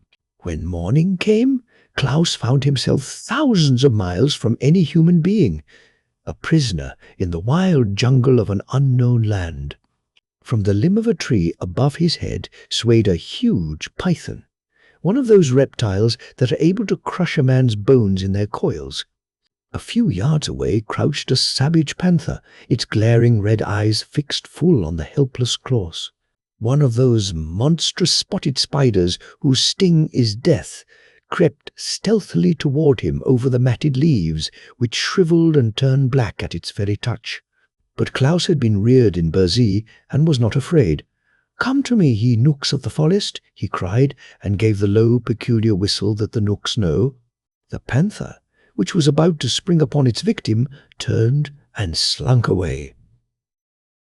The python swung itself into the tree and disappeared among the leaves.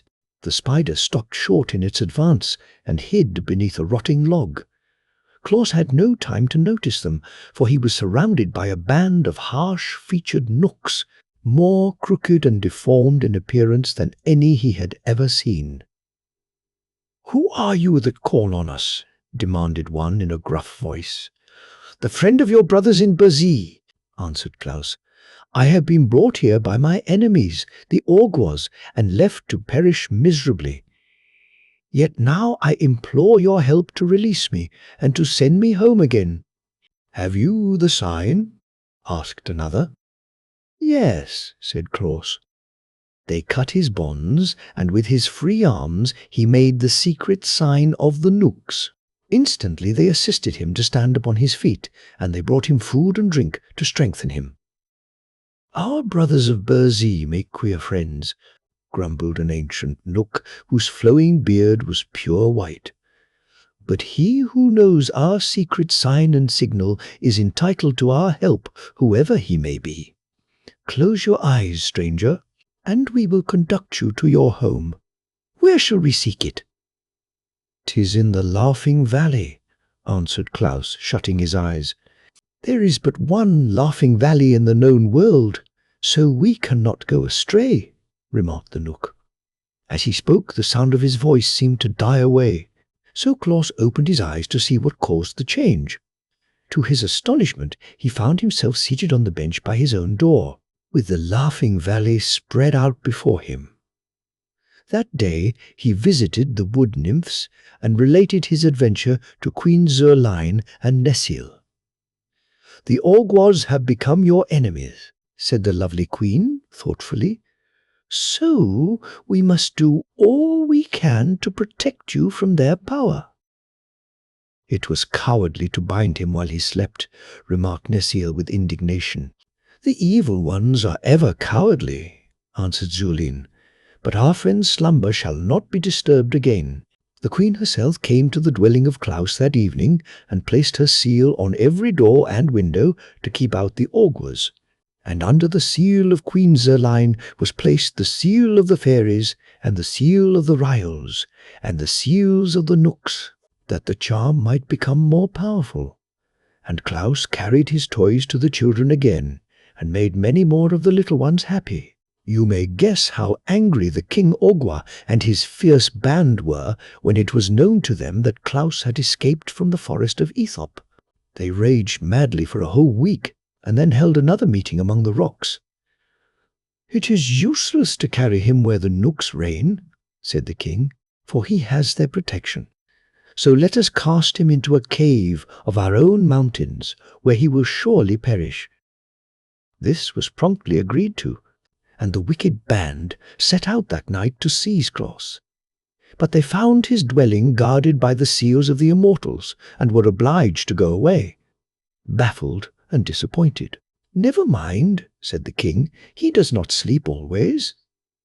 Next day, as Claus travelled to the village across the plain, where he intended to present a toy squirrel to a lame boy, he was suddenly set upon by the Orgwas, who seized him and carried him away to the mountains. There they thrust him within a deep cavern and rolled many huge rocks against the entrance to prevent his escape. Deprived thus of light and food, and with little air to breathe, our Claus was, indeed, in a pitiful plight.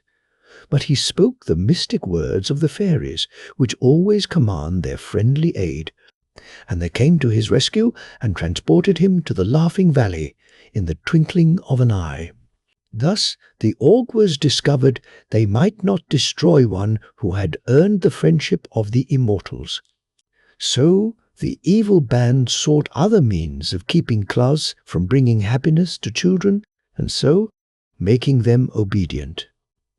Whenever Claus set out to carry his toys to the little ones, an augur, who had been set to watch his movements, sprang upon him and snatched the toys from his grasp, and the children were no more disappointed than was Claus when he was obliged to return home disconsolate.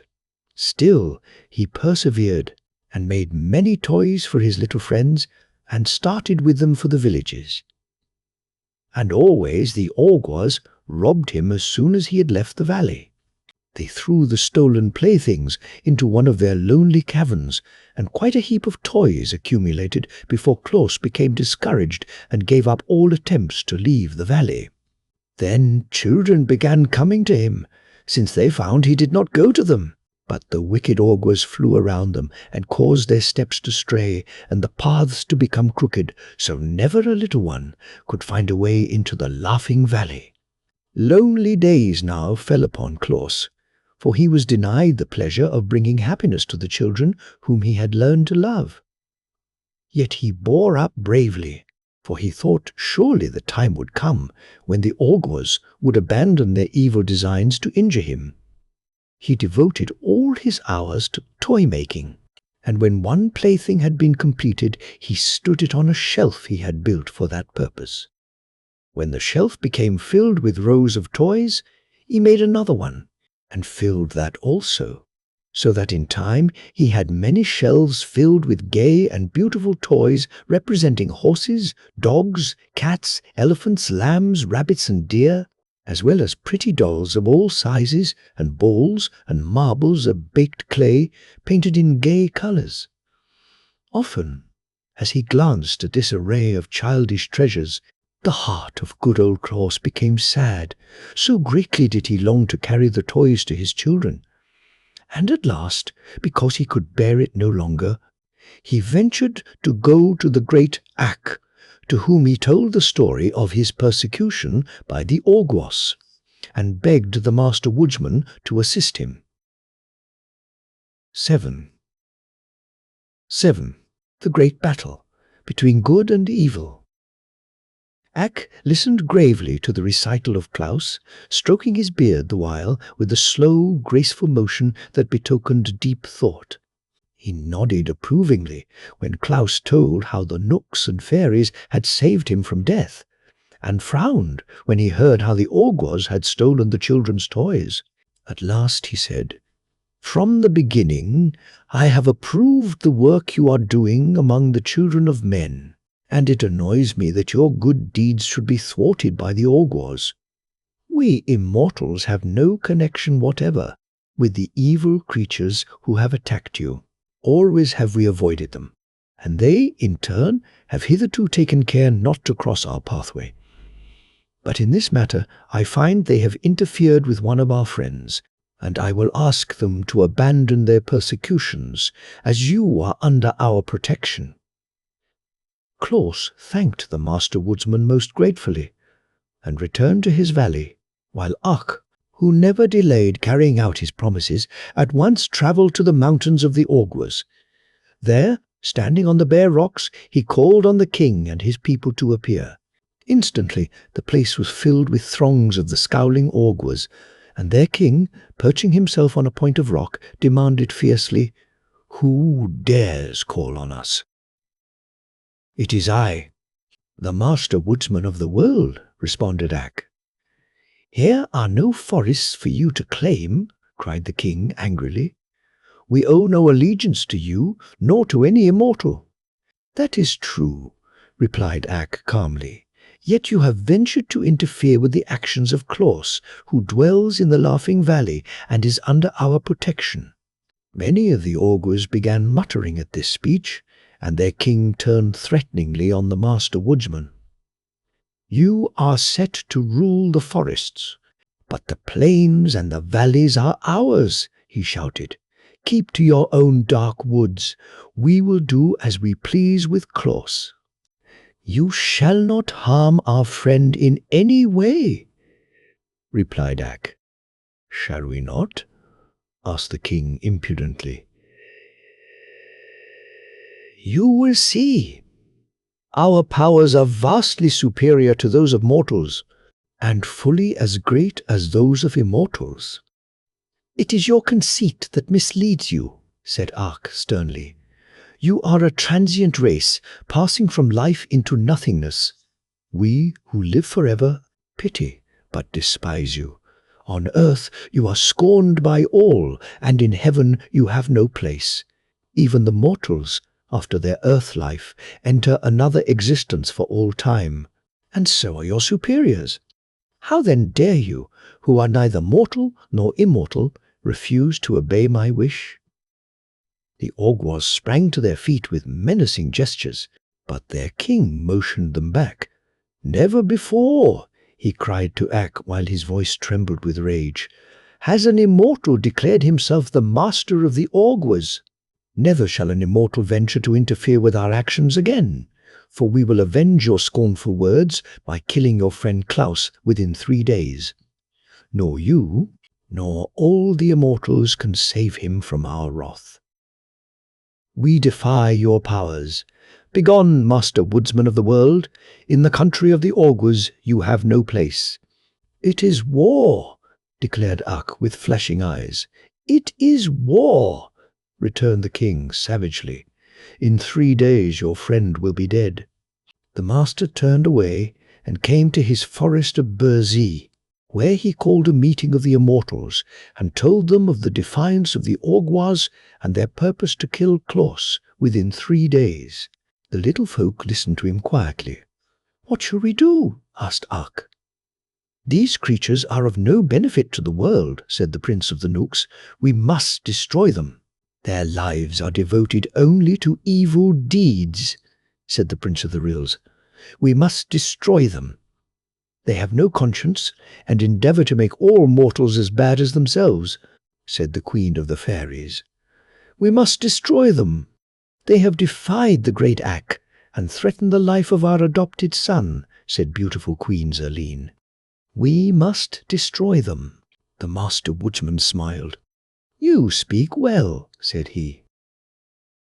These Awgwas we know to be a powerful race, and they will fight desperately. Yet the outcome is certain. For we who live can never die, even though conquered by our enemies, while every Awgwa who is struck down is one foe the less to oppose us.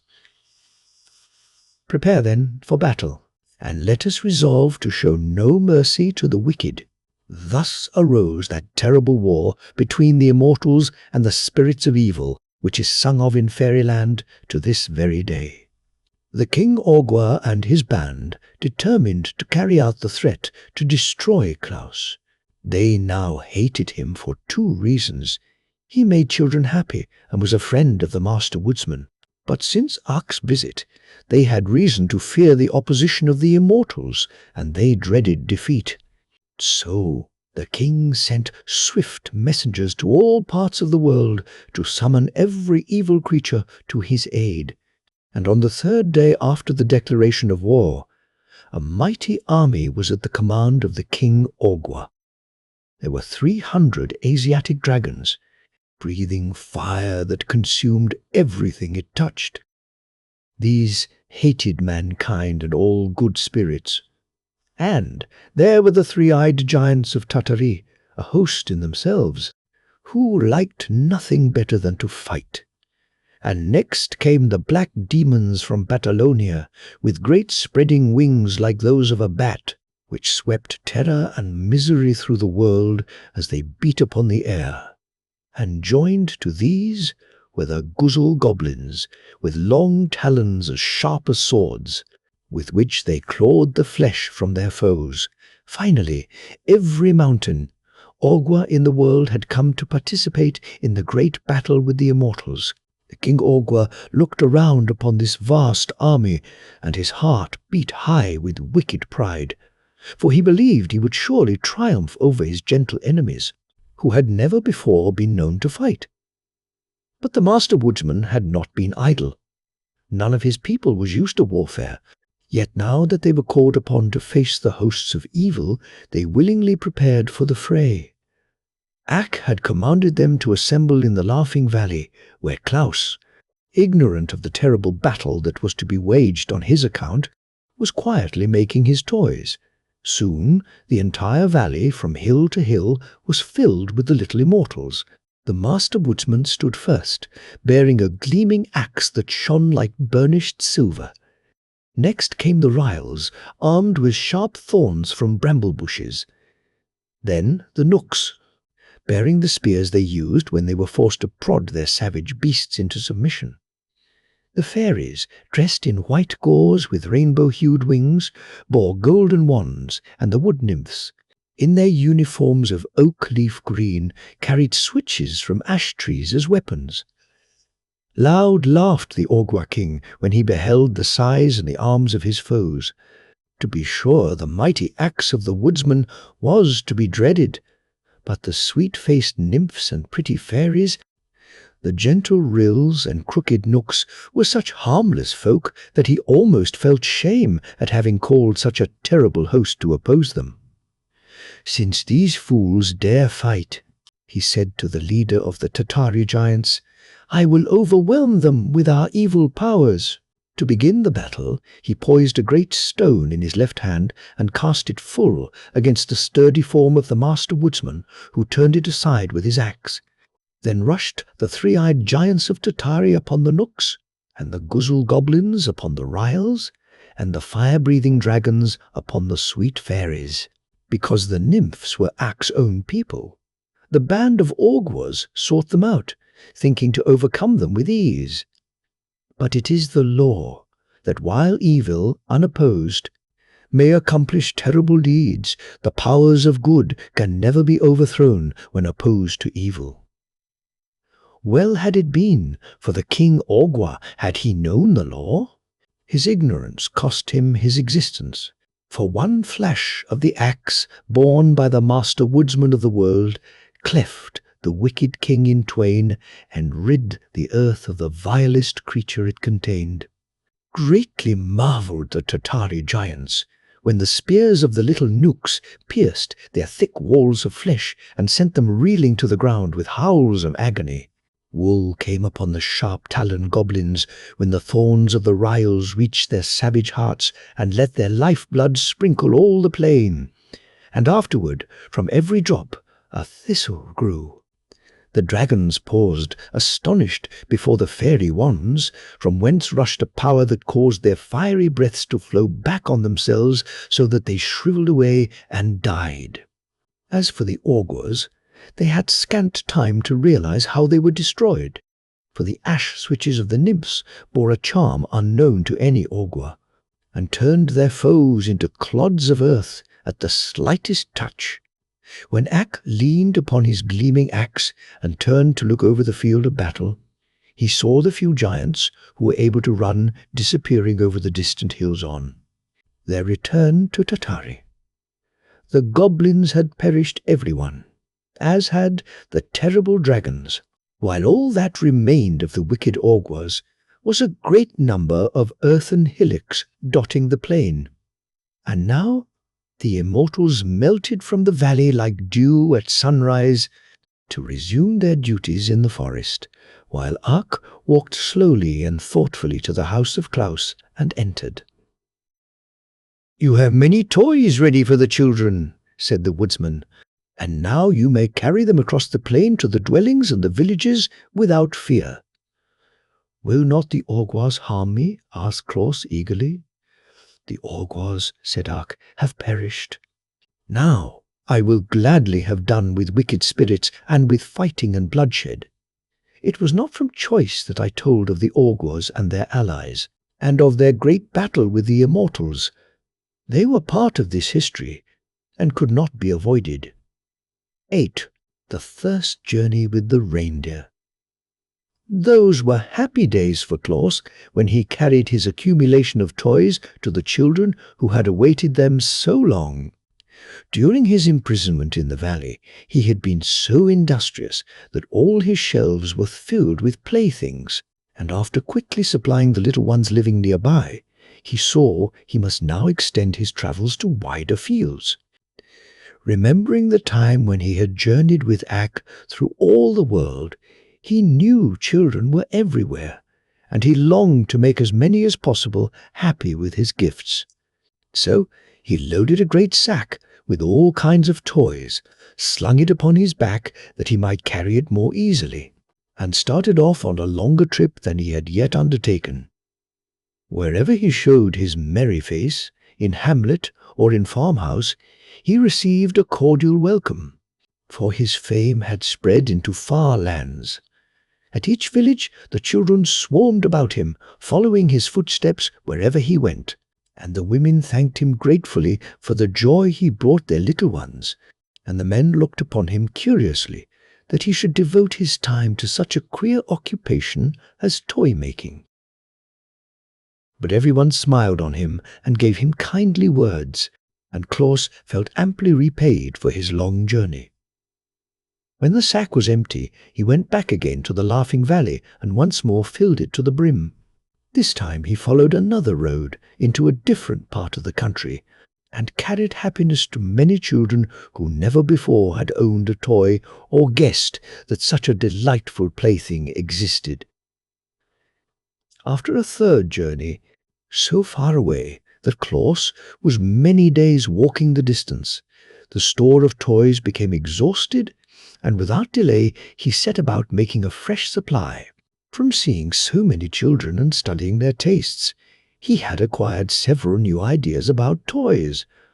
The dollies were, he had found, the most delightful of all playthings for babies and little girls, and often those who could not say dolly would call for a doll in their sweet baby talk.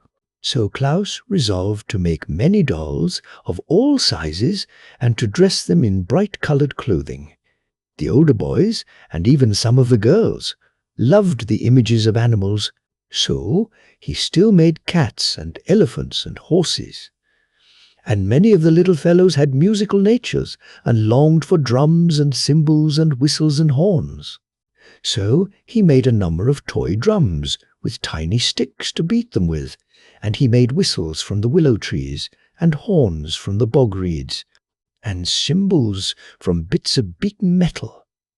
All this kept him busily at work, and before he realized it, the winter season came with deeper snows than usual, and he knew he could not leave the valley with his heavy pack. Moreover, the next trip would take him farther from home than ever before, and Jack Frost was mischievous enough to nip his nose and ears if he undertook the long journey while the Frost King reigned. The Frost King was Jack's father, and never reproved him for his pranks. So Claus remained at his workbench, but he whistled and sang as merrily as ever, for he would allow no disappointment to sour his temper or make him unhappy. One bright morning he looked from his window and saw two of the deer he had known in the forest walking toward his house. Claus was surprised, not that the friendly deer should visit him, but that they walked on the surface of the snow as easily as if it were solid ground, notwithstanding the fact that throughout the valley the snow lay many feet deep. He had walked out of his house a day or two before, and had sunk to his armpits in a drift. So when the deer came near, he opened the door and called to them. "Good morning, Flossie. Tell me how you were able to walk on the snow so easily." "It is frozen hard," answered Flossie. "The Frost King has breathed on it," said Glossie, coming up, "and the surface is now as solid as ice." "Perhaps," remarked Claus thoughtfully, "I might now carry my pack of toys to the children." "Is it a long journey?" asked Flossie. "Yes, it will take me many days, for the pack is heavy," answered Claus. "Then the snow would melt before you could get back," said the deer. "You must wait until spring, Claus." Claus sighed. "Had I your fleet feet," said he, "I could make the journey in a day." "But you have not," returned Glossie, looking at his own slender legs with pride. "Perhaps I could ride upon your back." Claus ventured to remark after a pause. "Oh no, our backs are not strong enough to bear your weight," said Flossie decidedly. "But if you had a sledge and could harness us to it, we might draw you easily and your pack as well." "I'll make a sledge," exclaimed Claus. "Will you agree to draw me if I do?" "Well," replied Flossie, "we must first go and ask the Knooks, who are our guardians, for permission. But if they consent, and you can make a sledge and harness, we will gladly assist you." "Then go at once," cried Claus eagerly. "I am sure the friendly Knooks will give their consent, and by the time you are back, I shall be ready to harness you to my sledge." Flossie and Glossie, being deer of much intelligence, had long wished to see the great world, so they gladly ran over the frozen snow to ask the Knooks if they might carry Claus on his journey. Meantime, the toy-maker hurriedly began the construction of a sledge, using material from his woodpile. He made 2 long runners that turned upward at the front ends, and across these nailed short boards to make a platform. It was soon completed, but was as rude in appearance as it is possible for a sledge to be. The harness was more difficult to prepare, but Claus twisted strong cords together and knotted them so they would fit around the necks of the deer in the shape of a collar. From these ran other cords to fasten the deer to the front of the sledge. Before the work was completed, Glossie and Flossie were back from the forest. Having been granted permission by Will Knook to make the journey with Claus, provided they would to Burzee by daybreak the next morning. "That is not a very long time," said Flossie, "but we are swift and strong, and if we get started by this evening, we can travel many miles during the night." Claus decided to make the attempt, so he hurried on his preparations as fast as possible. After a time he fastened the collars around the necks of his steeds and harnessed them to his rude sledge. Then he placed a stool on the little platform to serve as a seat and filled a sack with his prettiest toys. "How do you intend to guide us?" asked Glossie. "We have never been out of the forest before, except to visit your house, so we shall not know the way." Claus thought about that for a moment. Then he brought more cords and fastened 2 of them to the spreading antlers of each deer, one on the right and the other on the left. "Those will be my reins," said Claus, "and when I pull them to the right or to the left, you must go in that direction. If I do not pull the reins at all, you may go straight ahead." "Very well," answered Glossie and Flossie, and then they asked, "Are you ready?" Claus seated himself upon the stool, placed the sack of toys at his feet, and then gathered up the reins. "All ready!" he shouted. "Away we go!" The deer leaned forward, lifted their slender limbs, and the next moment away flew the sledge over the frozen snow. The swiftness of the motion surprised Claus, for in a few strides they were across the valley and gliding over the broad plain beyond. The day had melted into evening by the time they started, for, swiftly as Claus had worked, many hours had been consumed in making his preparations. But the moon shone brightly to light their way, and Claus soon decided it was just as pleasant to travel by night as by day. The deer liked it better, for, although they wished to see something of the world, they were timid about meeting men, and now all the dwellers in the towns and farmhouses were sound asleep and could not see them. Away and away they sped, on and on over the hills and through the valleys and across the plains, until they reached a village where Claus had never been before. Here he called on them to stop, and they immediately obeyed. But a new difficulty now presented itself, for the people had locked their doors when they went to bed, and Claus found he could not enter the houses to leave his toys. "I am afraid, my friends, we have made our journey for nothing," said he, "for I shall be obliged to carry my playthings back home again without giving them to the children of this village." "What's the matter?" asked Flossie. "The doors are locked," answered Claus, "and I cannot get in." Glossie looked around at the houses. The snow was quite deep in that village, and just before them was a roof only a few feet above the sledge. A broad chimney, which seemed to Glossie big enough to admit Claus, was at the peak of the roof. "Why don't you climb down that chimney?" asked Glossie. Claus looked at it. "That would be easy enough if I were on top of the roof," he answered. "Then hold fast, and we will take you there," said the deer, and they gave one bound to the roof and landed beside the big chimney. "Good," cried Claus, well pleased, and he slung the pack of toys over his shoulder and got into the chimney. There was plenty of soot on the bricks, but he did not mind that, and by placing his hands and knees against the sides, he crept downward until he had reached the fireplace. Leaping lightly over the smouldering coals, he found himself in a large sitting room, where a dim light was burning. From this room, 2 doorways led into smaller chambers. In one, a woman lay asleep, with a baby beside her in a crib. Claus laughed, but he did not laugh aloud for fear of waking the baby. Then he slipped a big doll from his pack and laid it in the crib.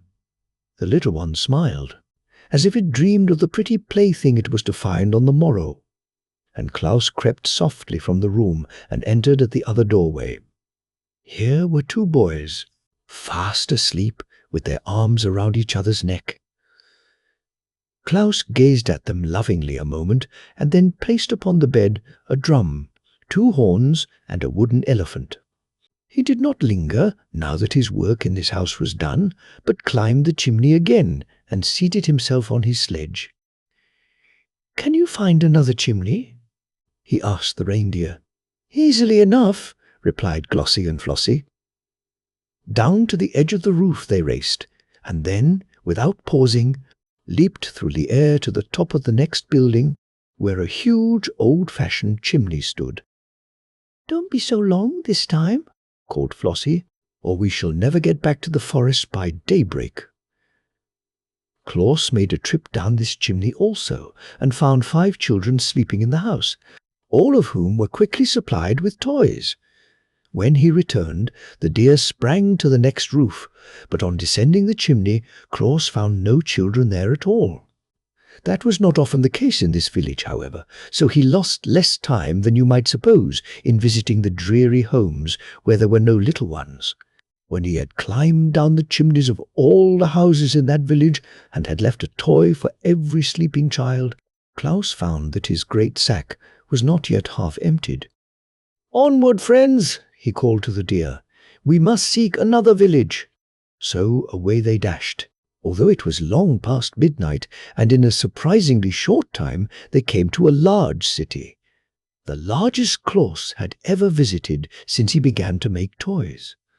But, nothing daunted by the throng of houses, he set to work at once, and his beautiful steeds carried him rapidly from one roof to another, only the highest being beyond the leaps of the agile deer. At last the supply of toys was exhausted, and Claus seated himself in the sledge, with the empty sack at his feet, and turned the heads of Glossie and Flossie toward home. Presently Flossie asked, "What is that grey streak in the sky?" "It is the coming dawn of day," answered Claus, surprised to find that it was so late. "Good gracious!" exclaimed Glossie. "Then we shall not be home by daybreak, and the Knooks will punish us and never let us come again." "We must race for the Laughing Valley and make our best speed," returned Flossie. "So hold fast, friend Claus." Claus held fast, and the next moment was flying so swiftly over the snow that he could not see the trees as they whirled past. Up hill and down dale, swift as an arrow shot from a bow they dashed, and Claus shut his eyes to keep the wind out of them and left the deer to find their own way. It seemed to him they were plunging through space, but he was not at all afraid.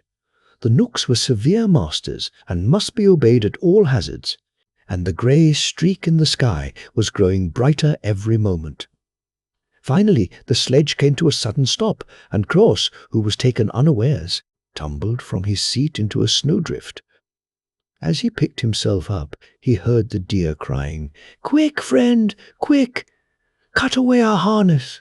He drew his knife and rapidly severed the cords, and then he wiped the moisture from his eyes and looked around him. The sledge had come to a stop in the Laughing Valley, only a few feet, he found, from his own door. In the east, the day was breaking, and turning to the edge of Bursey, he saw Glossie and Flossie just disappearing in the forest. 9. Santa Claus. Claus thought that none of the children would ever know where the toys came from which they found by their bedsides when they wakened the following morning. But kindly deeds are sure to bring fame, and fame has many wings to carry its tidings into far lands.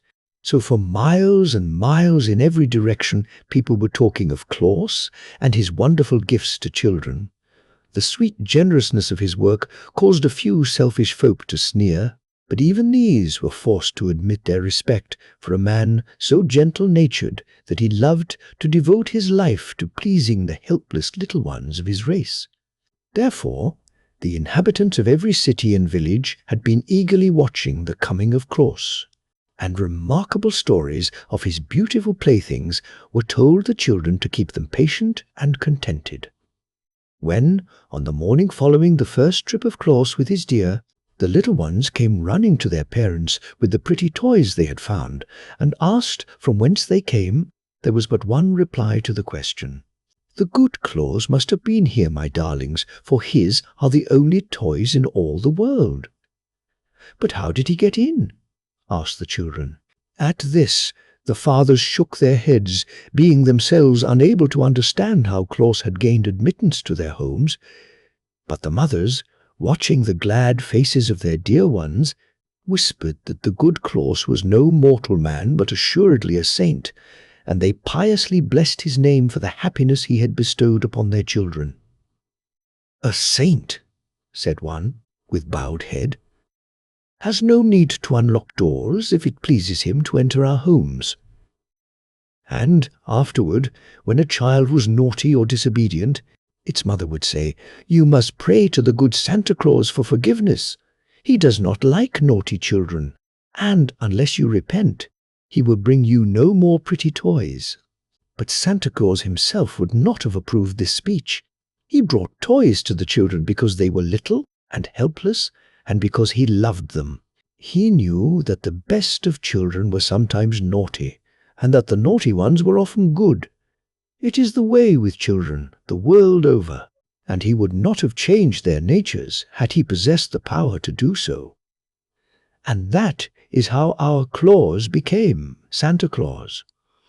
It is possible for any man, by good deeds, to enshrine himself as a saint in the hearts of the people. 10. Christmas Eve.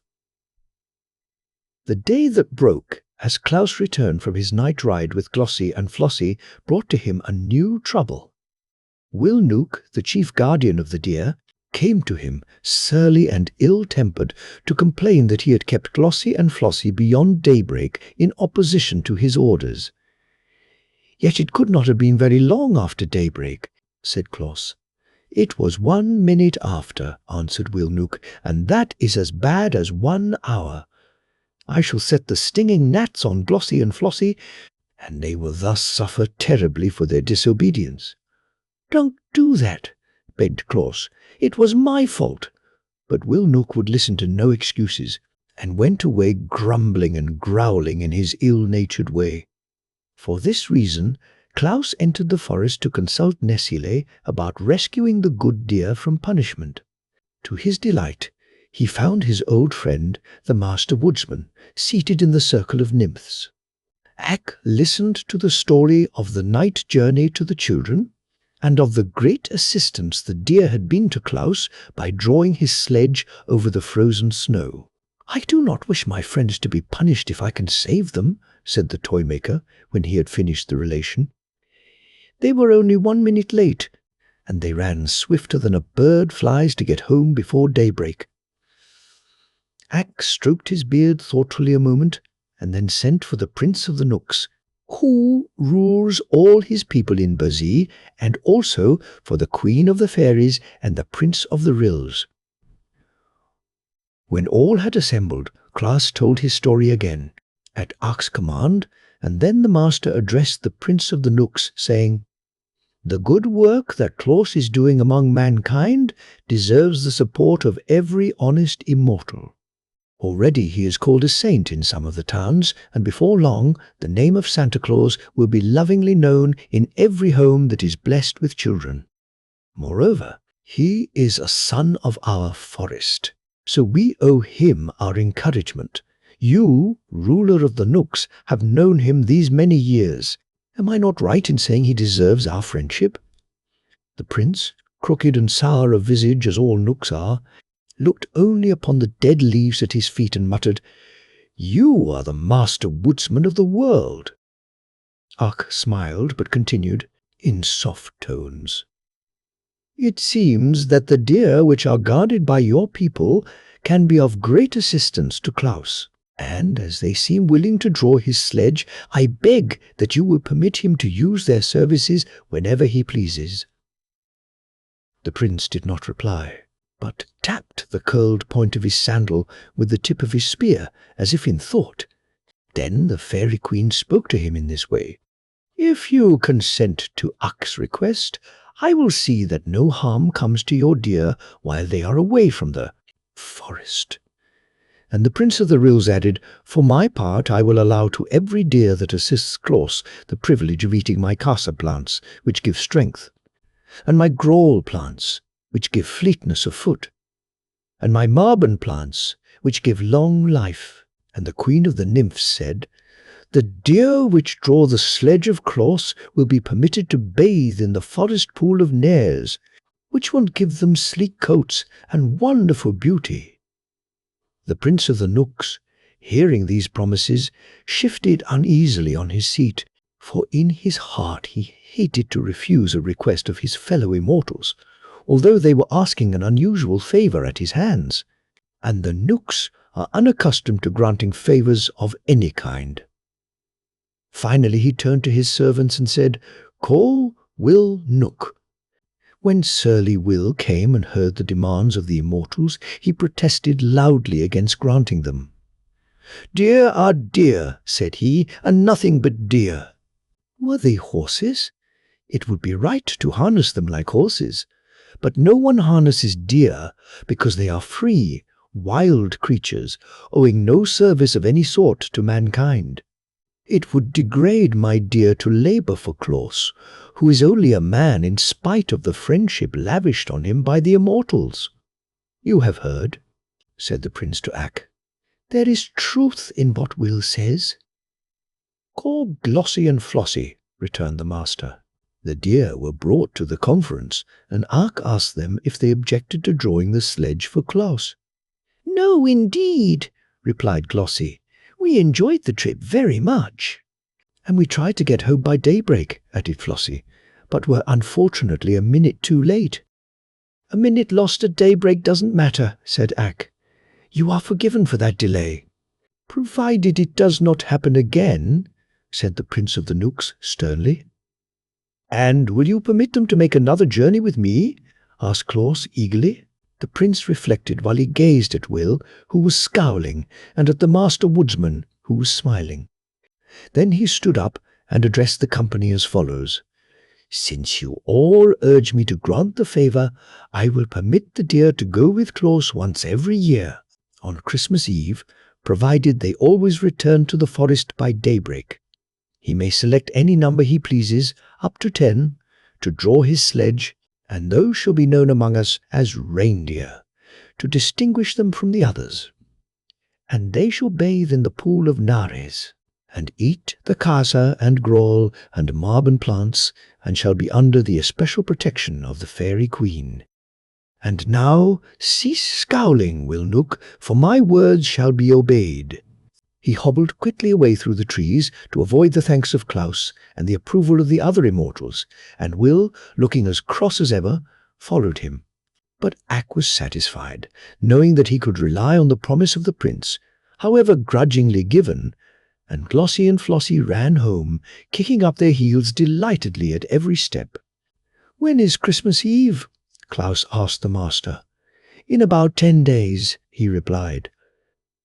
"Then I cannot use the deer this year," said Claus thoughtfully, "for I shall not have time enough to make my sackful of toys." "The shrewd prince foresaw that," responded Ark, "and therefore named Christmas Eve as the day you might use the deer, knowing it would cause you to lose an entire year." "If I only had the toys the ogre stole from me," said Claus sadly, "I could easily fill my sack for the children." "Where are they?" asked the master. "I do not know," replied Claus, "but the wicked ogres probably hid them in the mountains." Ak turned to the fairy queen. "Can you find them?" he asked. "I will try," she replied brightly. Then Claus went back to the Laughing Valley to work as hard as he could, and a band of fairies immediately flew to the mountain that had been haunted by the ogres and began a search for the stolen toys. The fairies, as we well know, possess wonderful powers, but the cunning ogres had hidden the toys in a deep cave and covered the opening with rocks so no one could look in. Therefore all search for the missing playthings proved in vain for several days, and Claus, who sat at home waiting for news from the fairies, almost despaired of getting the toys before Christmas Eve. He worked hard every moment, but it took considerable time to carve out and to shape each toy and to paint it properly, so that on the morning before Christmas Eve only half of one small shelf above the window was filled with playthings ready for the children. But on this morning the fairies who were searching in the mountains had a new thought. They joined hands and moved in a straight line through the rocks that formed the mountain, beginning at the topmost peak and working downward so that no spot could be missed by their bright eyes. And at last they discovered the cave where the toys had been heaped up by the wicked ogres. It did not take them long to burst open the mouth of the cave, and then each one seized as many toys as he could carry, and they all flew to Claus and laid the treasure before him. The good man was rejoiced to receive, just in the nick of time, such a store of playthings with which to load his sledge, and he sent word to Glossie and Flossie to be ready for the journey at nightfall. With all his other labors, he had managed to find time, since the last trip, to repair the harness and to strengthen his sledge, so that when the deer came to him at twilight, he had no difficulty in harnessing them. "We must go in another direction tonight," he told them, "where we shall find children I have never yet visited. And we must travel fast and work quickly, for my sack is full of toys and running over the brim."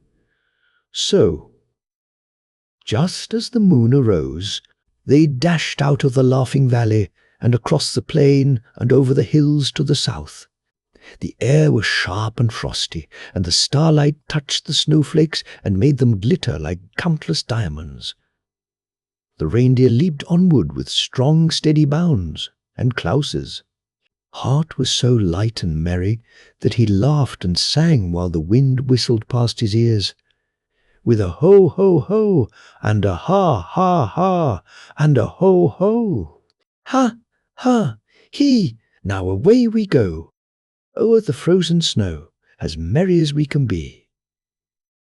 Jack Frost heard him and came racing up with his nippers, but when he saw it was Klaus, he laughed and turned away again. The mother owls heard him as he passed near a wood and stuck their heads out of the hollow places in the tree trunks. But when they saw who it was, they whispered to the owlets nestling near them that it was only Santa Claus carrying toys to the children. It is strange how much those mother owls know. Claus stopped at some of the scattered farmhouses and climbed down the chimneys to leave presents for the babies. Soon after, he reached a village and worked merrily for an hour, distributing playthings among the sleeping little ones. Then away again he went, signing his joyous carol, "Now away we go, o'er the gleaming snow, while the deer run swift and free. For to girls and boys we carry the toys that will fill their hearts with glee." The deer liked the sound of his deep bass voice and kept time to the song with their hoofbeats on the hard snow.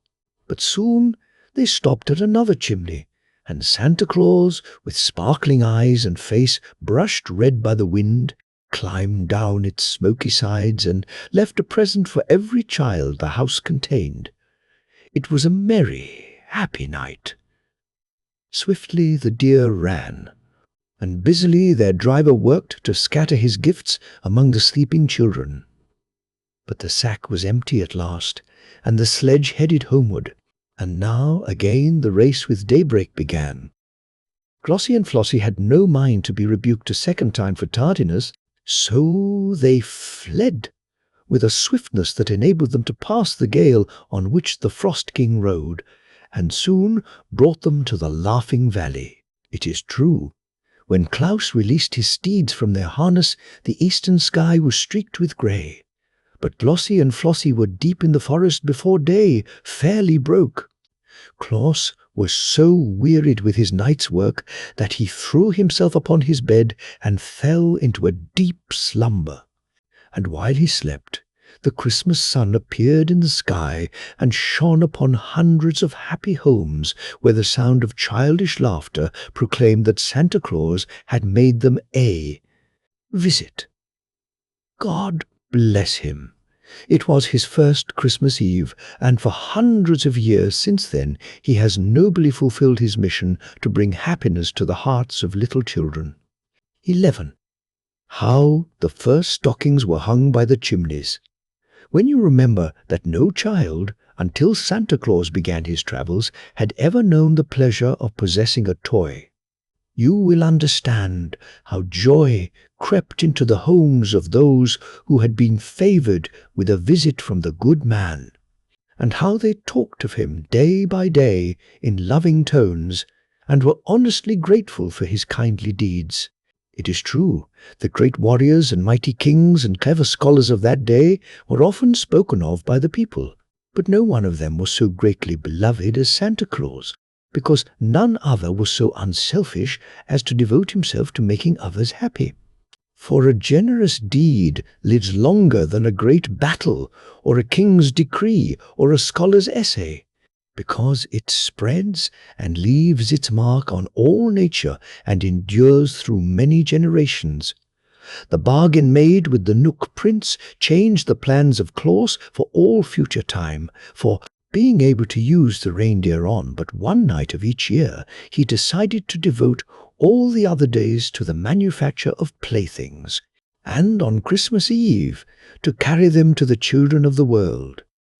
But a year's work would, he knew, result in a vast accumulation of toys, so he resolved to build a new sledge that would be larger and stronger and better fitted for swift travel than the old and clumsy one. His first act was to visit the Gnome King, with whom he made a bargain to exchange 3 drums, a trumpet, and 2 dolls for a pair of fine steel runners, curled beautifully at the ends. For the Gnome King had children of his own, who, living in the hollows under the earth, in mimes and caverns, needed something to amuse them. In 3 days the steel runners were ready, and when Claus brought the playthings to the Gnome King, His Majesty was so greatly pleased with them that he presented Claus with a string of sweet-toned sleigh bells in addition to the runners. "These will please Glossie and Flossie," said Claus, as he jingled the bells and listened to their merry sound. "But I should have 2 strings of bells, one for each deer." "Bring me another trumpet and a toy cat," replied the king, "and you shall have a 2nd string of bells like the first." "It is a bargain!" cried Claus, and he went home again for the toys.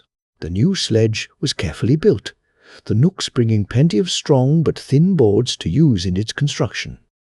Claus made a high, rounding dashboard to keep off the snow cast behind by the fleet hoofs of the deer, and he made high sides to the platform so that many toys could be carried. And finally he mounted the sledge upon the slender steel runners made by the Gnome King. It was certainly a handsome sledge, and big and roomy.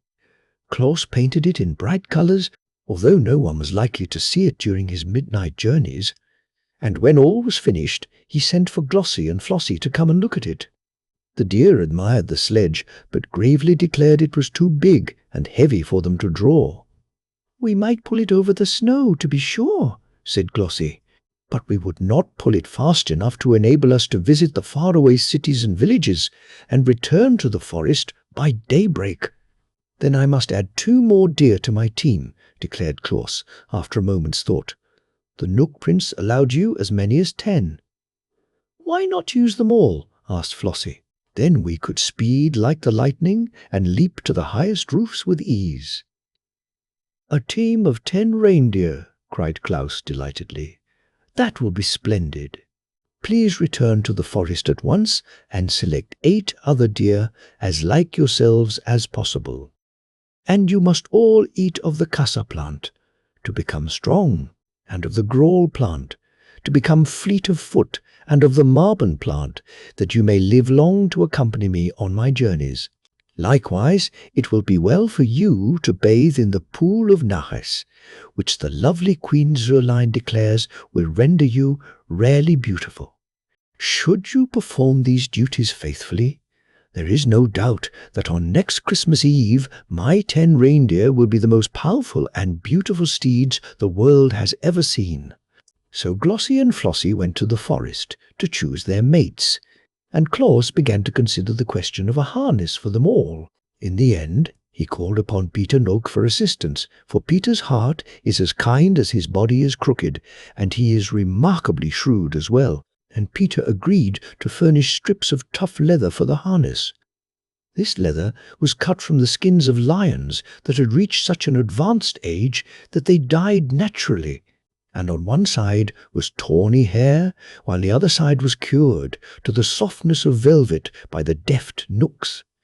When Claus received these strips of leather, he sewed them neatly into a harness for the 10 reindeer, and it proved strong and serviceable, and lasted him for many years. The harness and sledge were prepared at odd times, for Claus devoted most of his days to the making of toys. These were now much better than the first ones had been, for the immortals often came to his house to watch him work and to offer suggestions. It was Nessie's idea to make some of the dolls say Papa and Mama.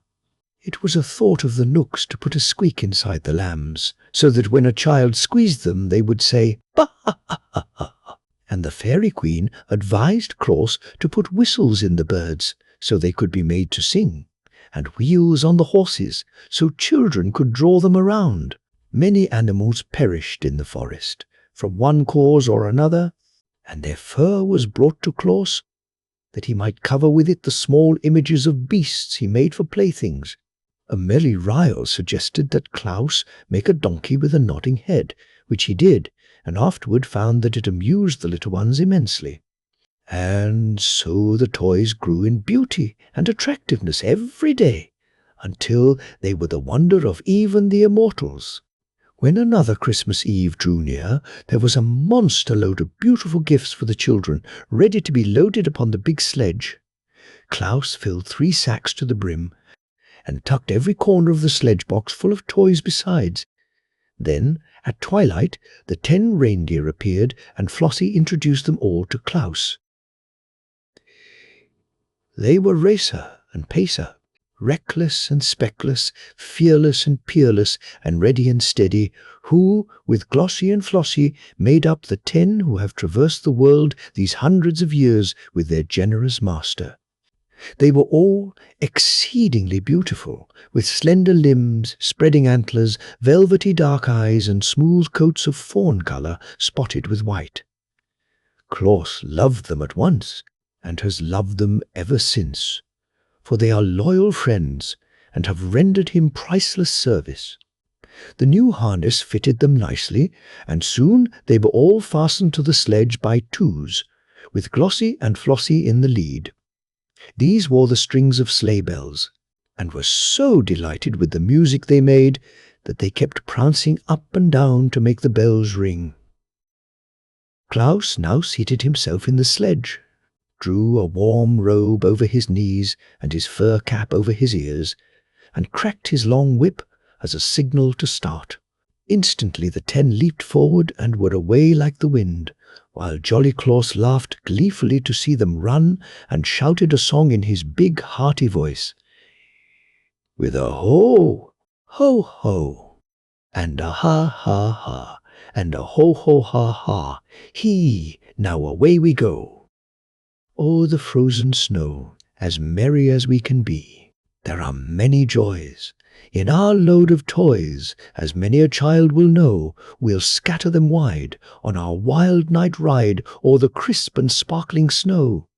Now it was on this same Christmas Eve that little Margot and her brother Dick and her cousins Ned and Sarah, who were visiting at Margot's house, came in from making a snowman with their clothes damp, their mittens dripping, and their shoes and stockings wet through and through.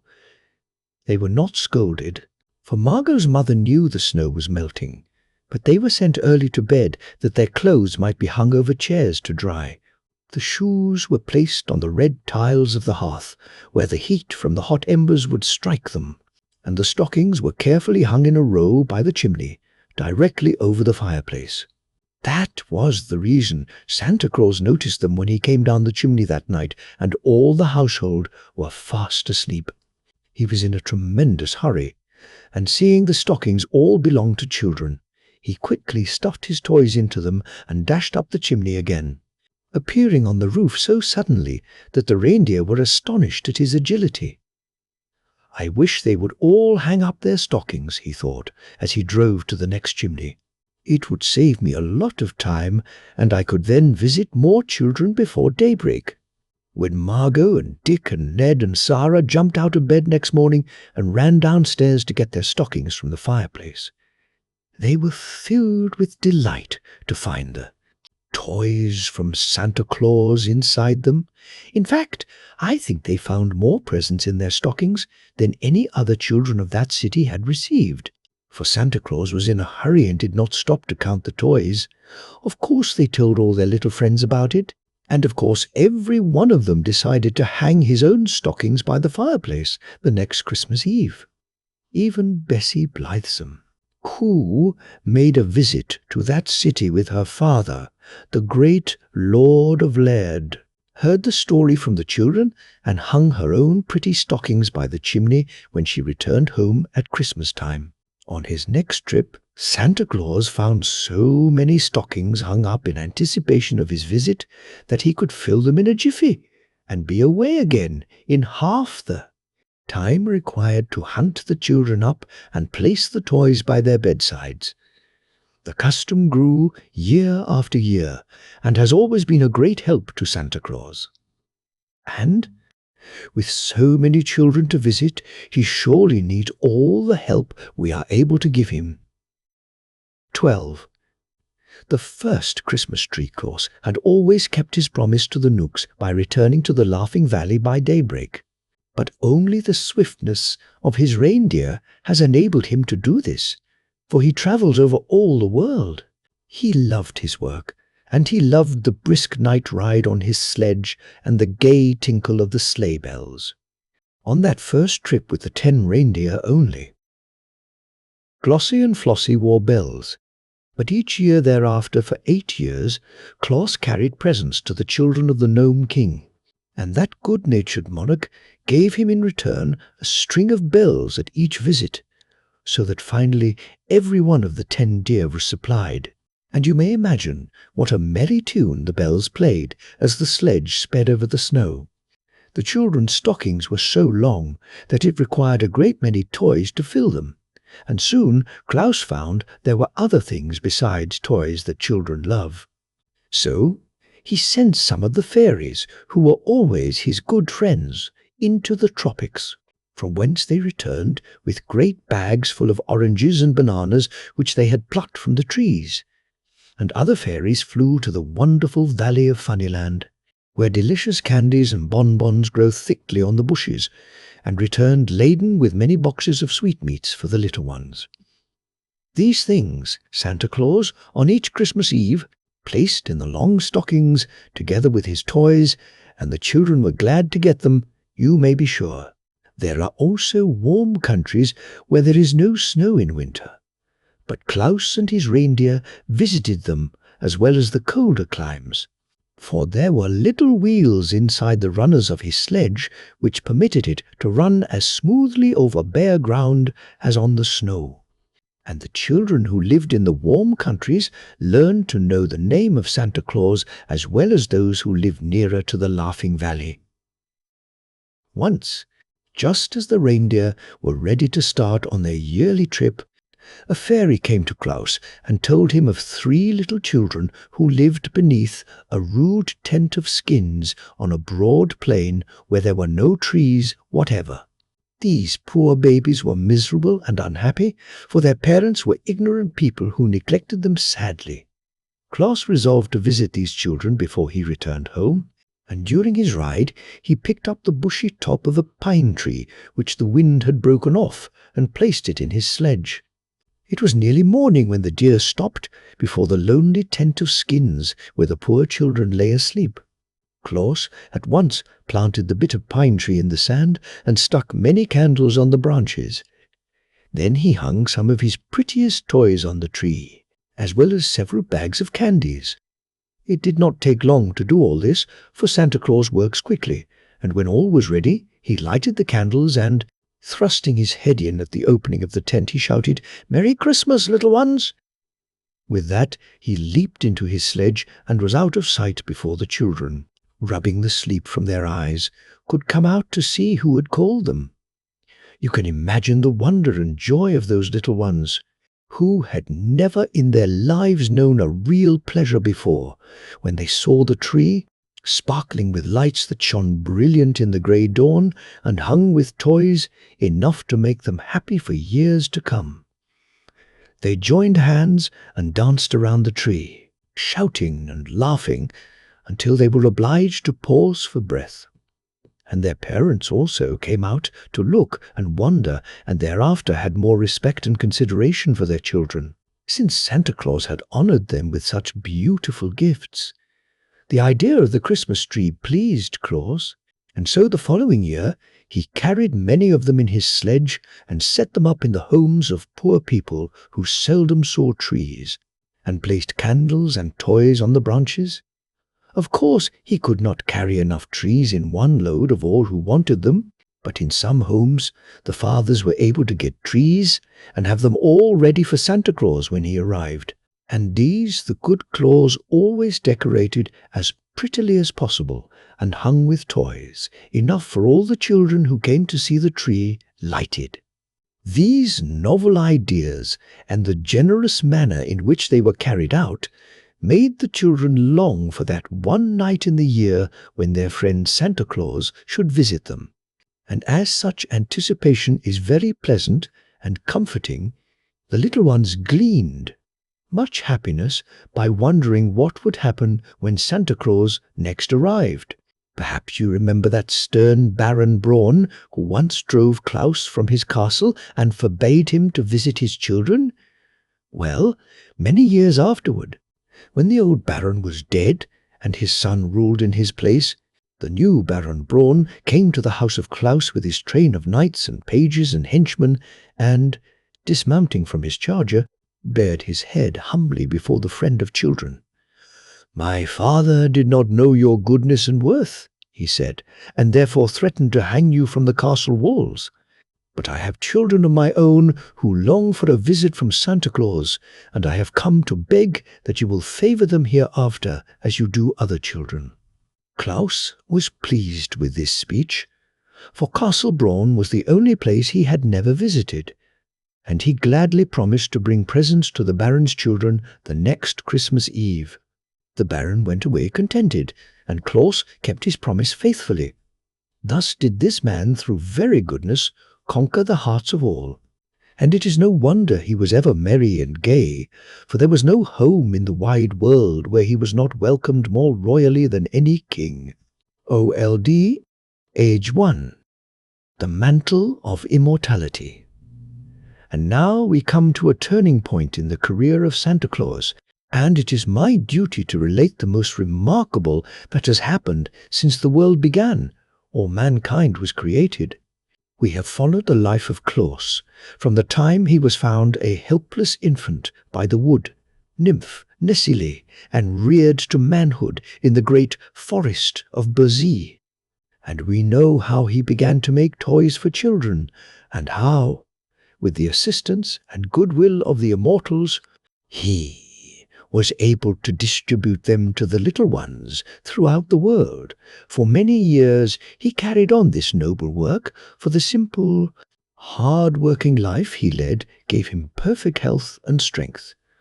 And doubtless a man can live longer in the beautiful Laughing Valley, where there are no cares and everything is peaceful and merry, than in any other part of the world. But when many years had rolled away, Santa Claus grew old. The long beard of golden brown that once covered his cheeks and chin gradually became grey and finally turned to pure white.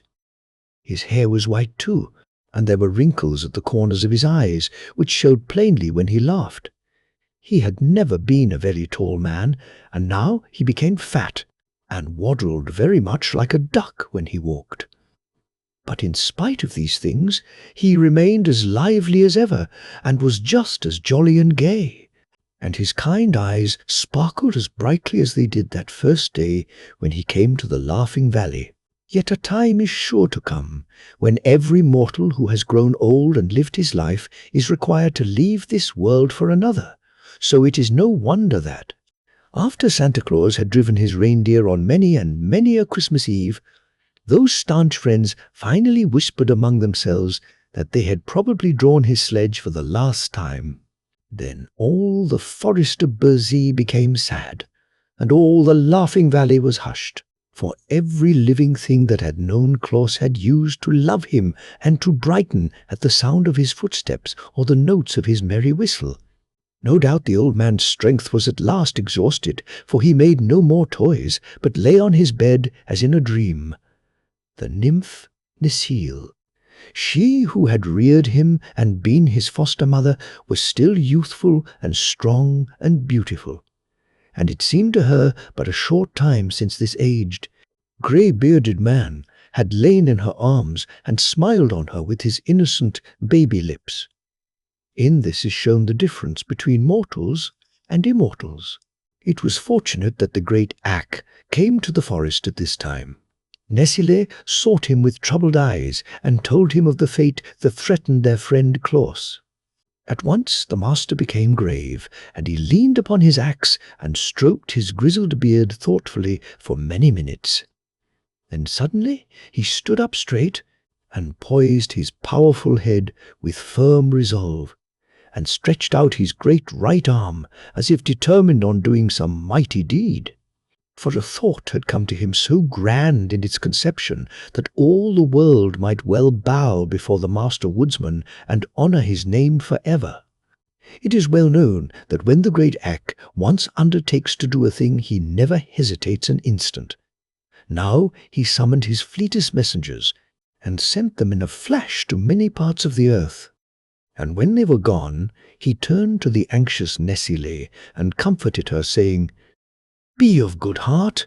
My child, our friend, still lives. And now run to your queen and tell her that I have summoned a council of all the immortals of the world to meet with me here in Beziers this night. If they obey and hearken unto my words, Claus will drive his reindeer for countless ages yet to come."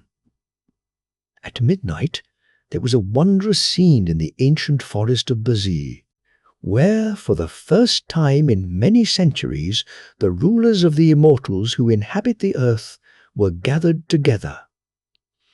There was the queen of the water sprites, whose beautiful form was as clear as crystal, but continually dripped water on the bank of moss where she sat. And beside her was the king of the sleep phase, who carried a wand from the end of which a fine dust fell all around, so that no mortal could keep awake long enough to see him, as mortal eyes were sure to close in sleep as soon as the dust filled them. And next to him sat the gnome king, whose people inhabit all that region under the earth's surface, where they guard the precious metals and the jewel stones that lie buried in rock and ore. At his right hand stood the king of the sound imps, who had wings on his feet, for his people are swift to carry all sounds that are made. When they are busy, they carry the sounds, but short distances, for there are many of them, but sometimes they speed with the sounds to places miles and miles away from where they are made. The king of the sound imps had an anxious and careworn face, for most people have no consideration for his imps and, especially the boys and girls, make a great many unnecessary sounds which the imps are obliged to carry when they might be better employed. The next in the circle of immortals was the king of the wind demons, slender of frame, restless and uneasy at being confined to one place for even an hour.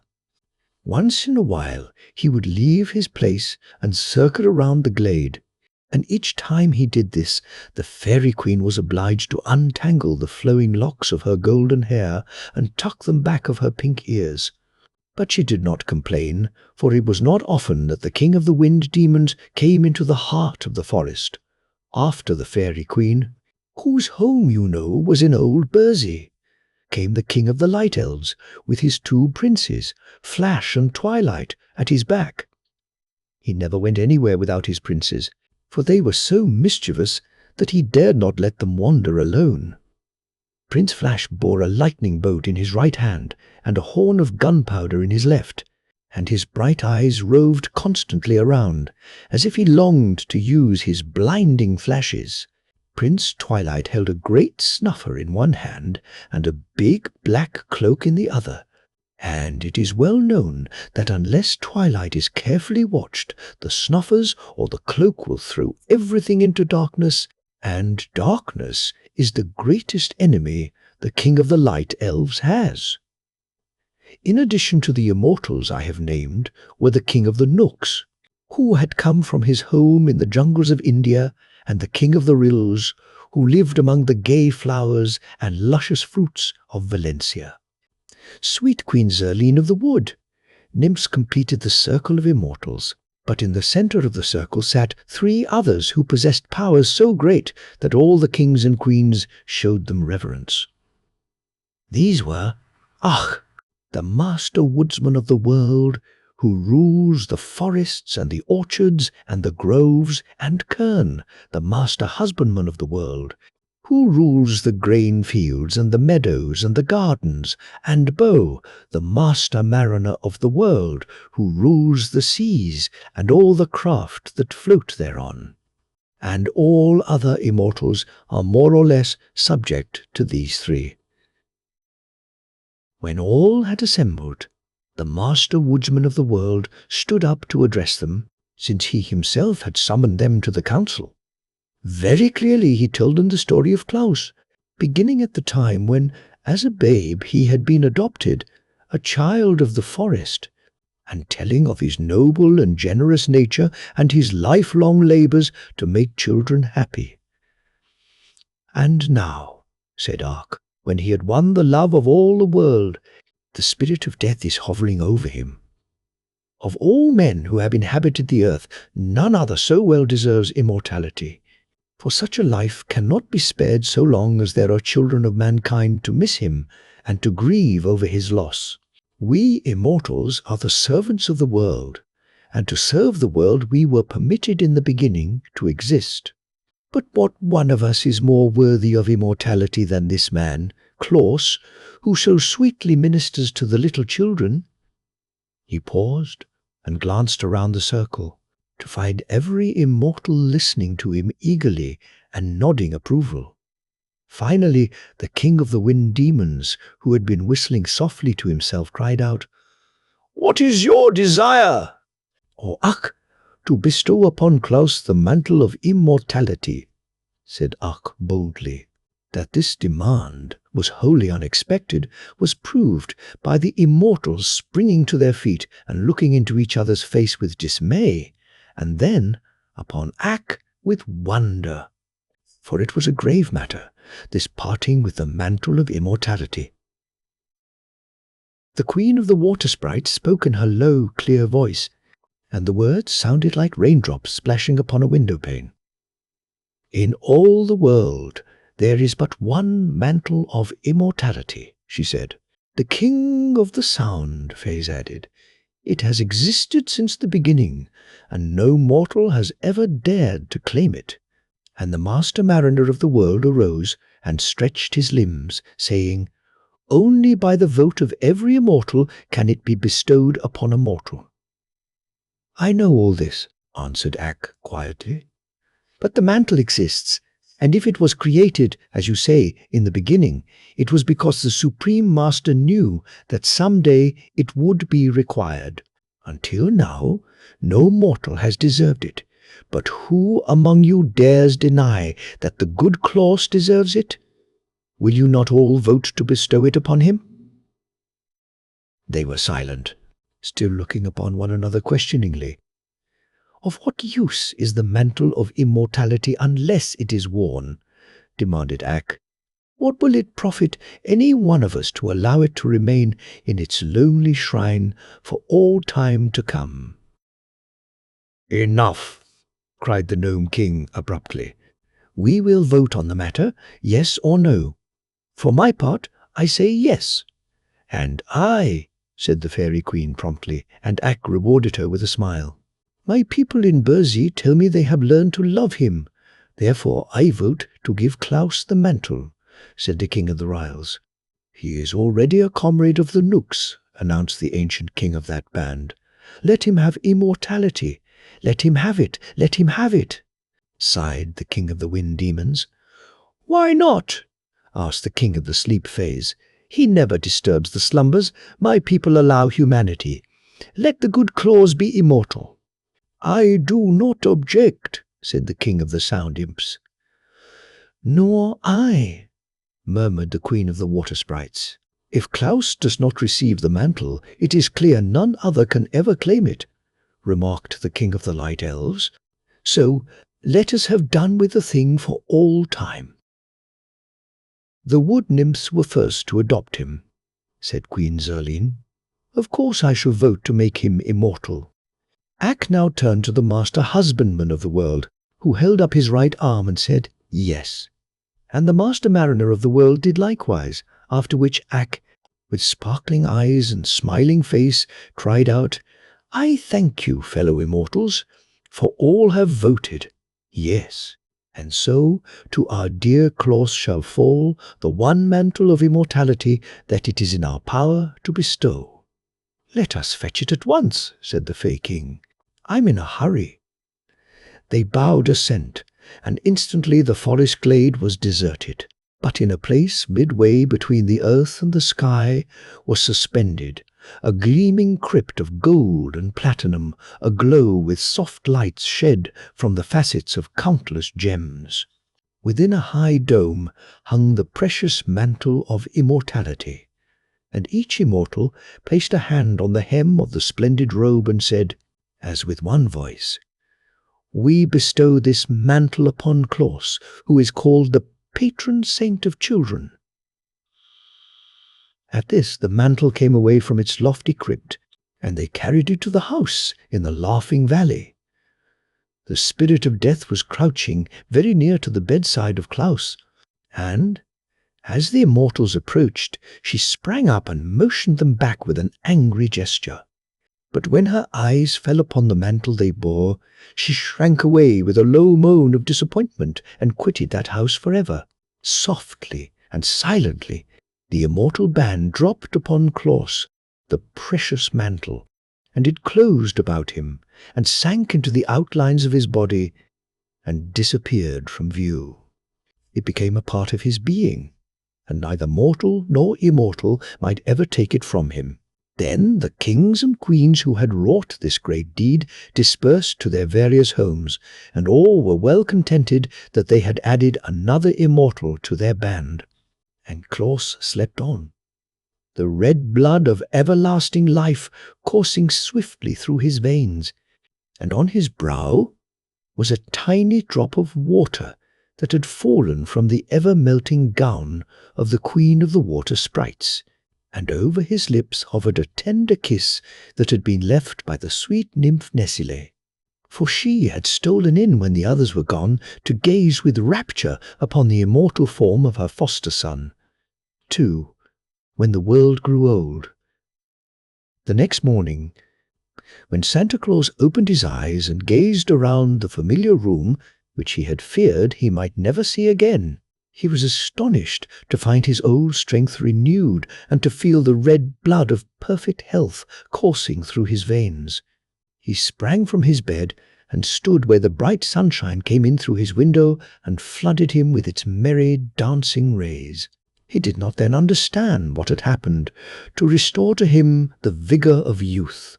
But in spite of the fact that his beard remained the color of snow and that wrinkles still lingered in the corners of his bright eyes, old Santa Claus felt as brisk and merry as a boy of 16, and was soon whistling contentedly as he busied himself fashioning new toys. Then Ak came to him and told of the mantle of immortality, and how Claus had won it through his love for little children.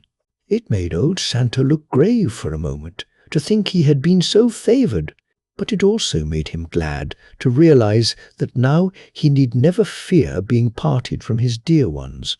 At once he began preparations for making a remarkable assortment of pretty and amusing playthings, and in larger quantities than ever before. For now that he might always devote himself to this work, he decided that no child in the world, poor or rich, should hereafter go without a Christmas gift if he could manage to supply it. The world was new in the days when dear old Santa Claus first began toy-making and won, by his loving deeds, the mantle of immortality. And the task of supplying cheering words, sympathy and pretty playthings to all the young of his race did not seem a difficult undertaking at all.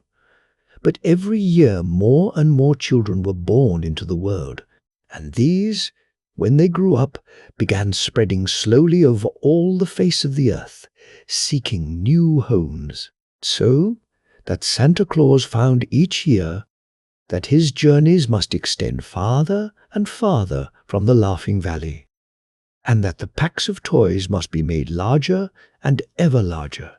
So, at length he took counsel with his fellow immortals how his work might keep pace with the increasing number of children, that none might be neglected. And the immortals were so greatly interested in his labors that they gladly rendered him their assistance. Ak gave him his man Kilter, the silent and swift, and the Nook Prince gave him Peter, who was more crooked and less surly than any of his brothers. And the Ryle Prince gave him Nuta, the sweetest-tempered Ryle ever known, and the Fairy Queen gave him Whisk, that tiny, mischievous but lovable fairy who knows today almost as many children as does Santa Claus himself. With these people to help make the toys, and to keep his house in order, and to look after the sledge and the harness, Santa Claus found it much easier to prepare his yearly load of gifts, and his days began to follow one another smoothly and pleasantly.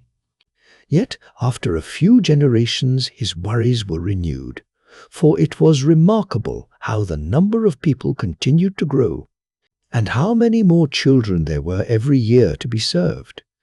When the people filled all the cities and lands of one country, they wandered into another part of the world, and the men cut down the trees in many of the great forests that had been ruled by Ak, and with the wood they built new cities, and where the forest had been were fields of grain and herds of browsing cattle. You might think the master woodsman would rebel at the loss of his forests, but not so. The wisdom of Ak was mighty and far-seeing. "The world was made for men," said he to Santa Claus, "and I have but guarded the forests until men needed them for their use. I am glad my strong trees can furnish shelter for men's weak bodies, and warm them through the cold winters. But I hope they will not cut down all the trees, for mankind needs the shelter of the woods in summer as much as the warmth of blazing logs in winter. And, however crowded the world may grow, I do not think men will ever come to Burzee, nor to the great Black Forest, nor to the wooded wilderness of Braz, unless they seek their shades for pleasure and not to destroy their giant trees. By and by, people made ships from the tree trunks and crossed over oceans and built cities in far lands. But the oceans made little difference to the journeys of Santa Claus. His reindeer sped over the waters as swiftly as over land, and his sledge headed from east to west and followed in the wake of the sun. So that as the earth rolled slowly over, Santa Claus had all of 24 hours to encircle it each Christmas Eve. And the speedy reindeer enjoyed these wonderful journeys more and more. So year after year, and generation after generation, and century after century, the world grew older, and the people became more numerous, and the labors of Santa Claus steadily increased.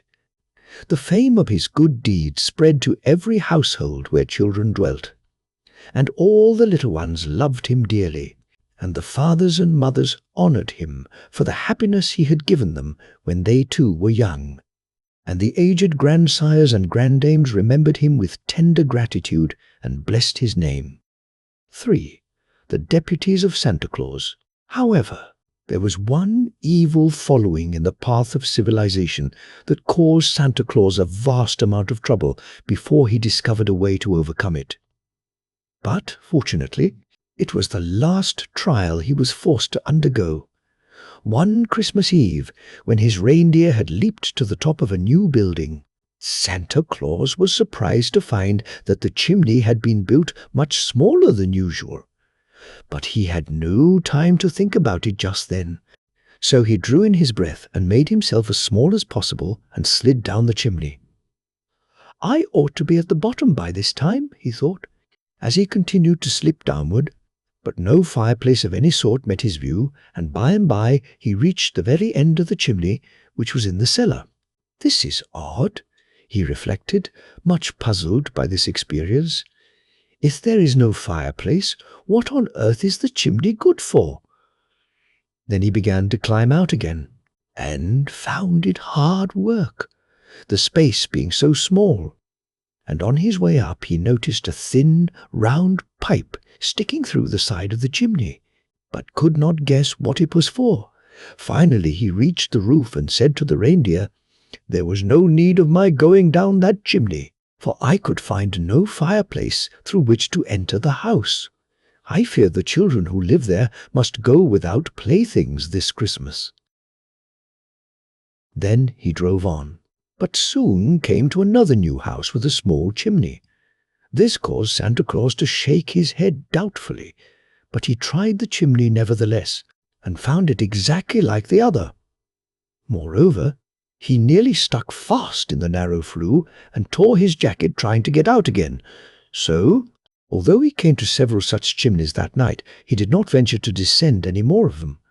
"What in the world are people thinking of to build such useless chimneys?" he exclaimed.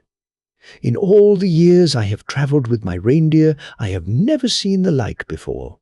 True enough, but Santa Claus had not then discovered that stoves had been invented and were fast coming into use. When he did find it out, he wondered how the builders of those houses could have so little consideration for him, when they knew very well it was his custom to climb down chimneys and enter houses by way of the fireplaces. Perhaps the men who built those houses had outgrown their own love for toys, and were indifferent whether Santa Claus called on their children or not. Whatever the explanation might be, the poor children were forced to bear the burden of grief and disappointment. The following year, Santa Claus found more and more of the new-fashioned chimneys that had no fireplaces, and the next year still more. The third year, so numerous had the narrow chimneys become, he even had a few toys left in his sledge that he was unable to give away because he could not get to the children. The matter had now become so serious that it worried the good man greatly, and he decided to talk it over with Kilter and Peter and Neuter and Whisk. Kilter already knew something about it, for it had been his duty to run around to all the houses just before Christmas. and gather up the notes and letters to Santa Claus that the children had written, telling what they wished put in their stockings or hung on their Christmas trees. But Kilter was a silent fellow and seldom spoke of what he saw in the cities and villages. The others were very indignant.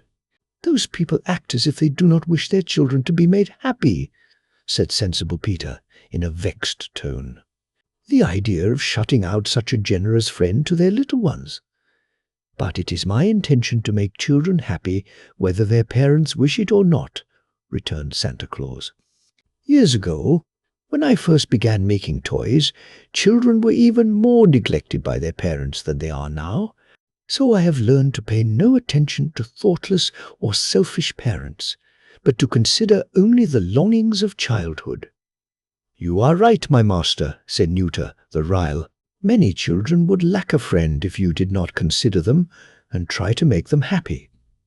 "Then," declared the laughing Whisk, "we must abandon any thought of using these new-fashioned chimneys, but become burglars and break into the houses some other way."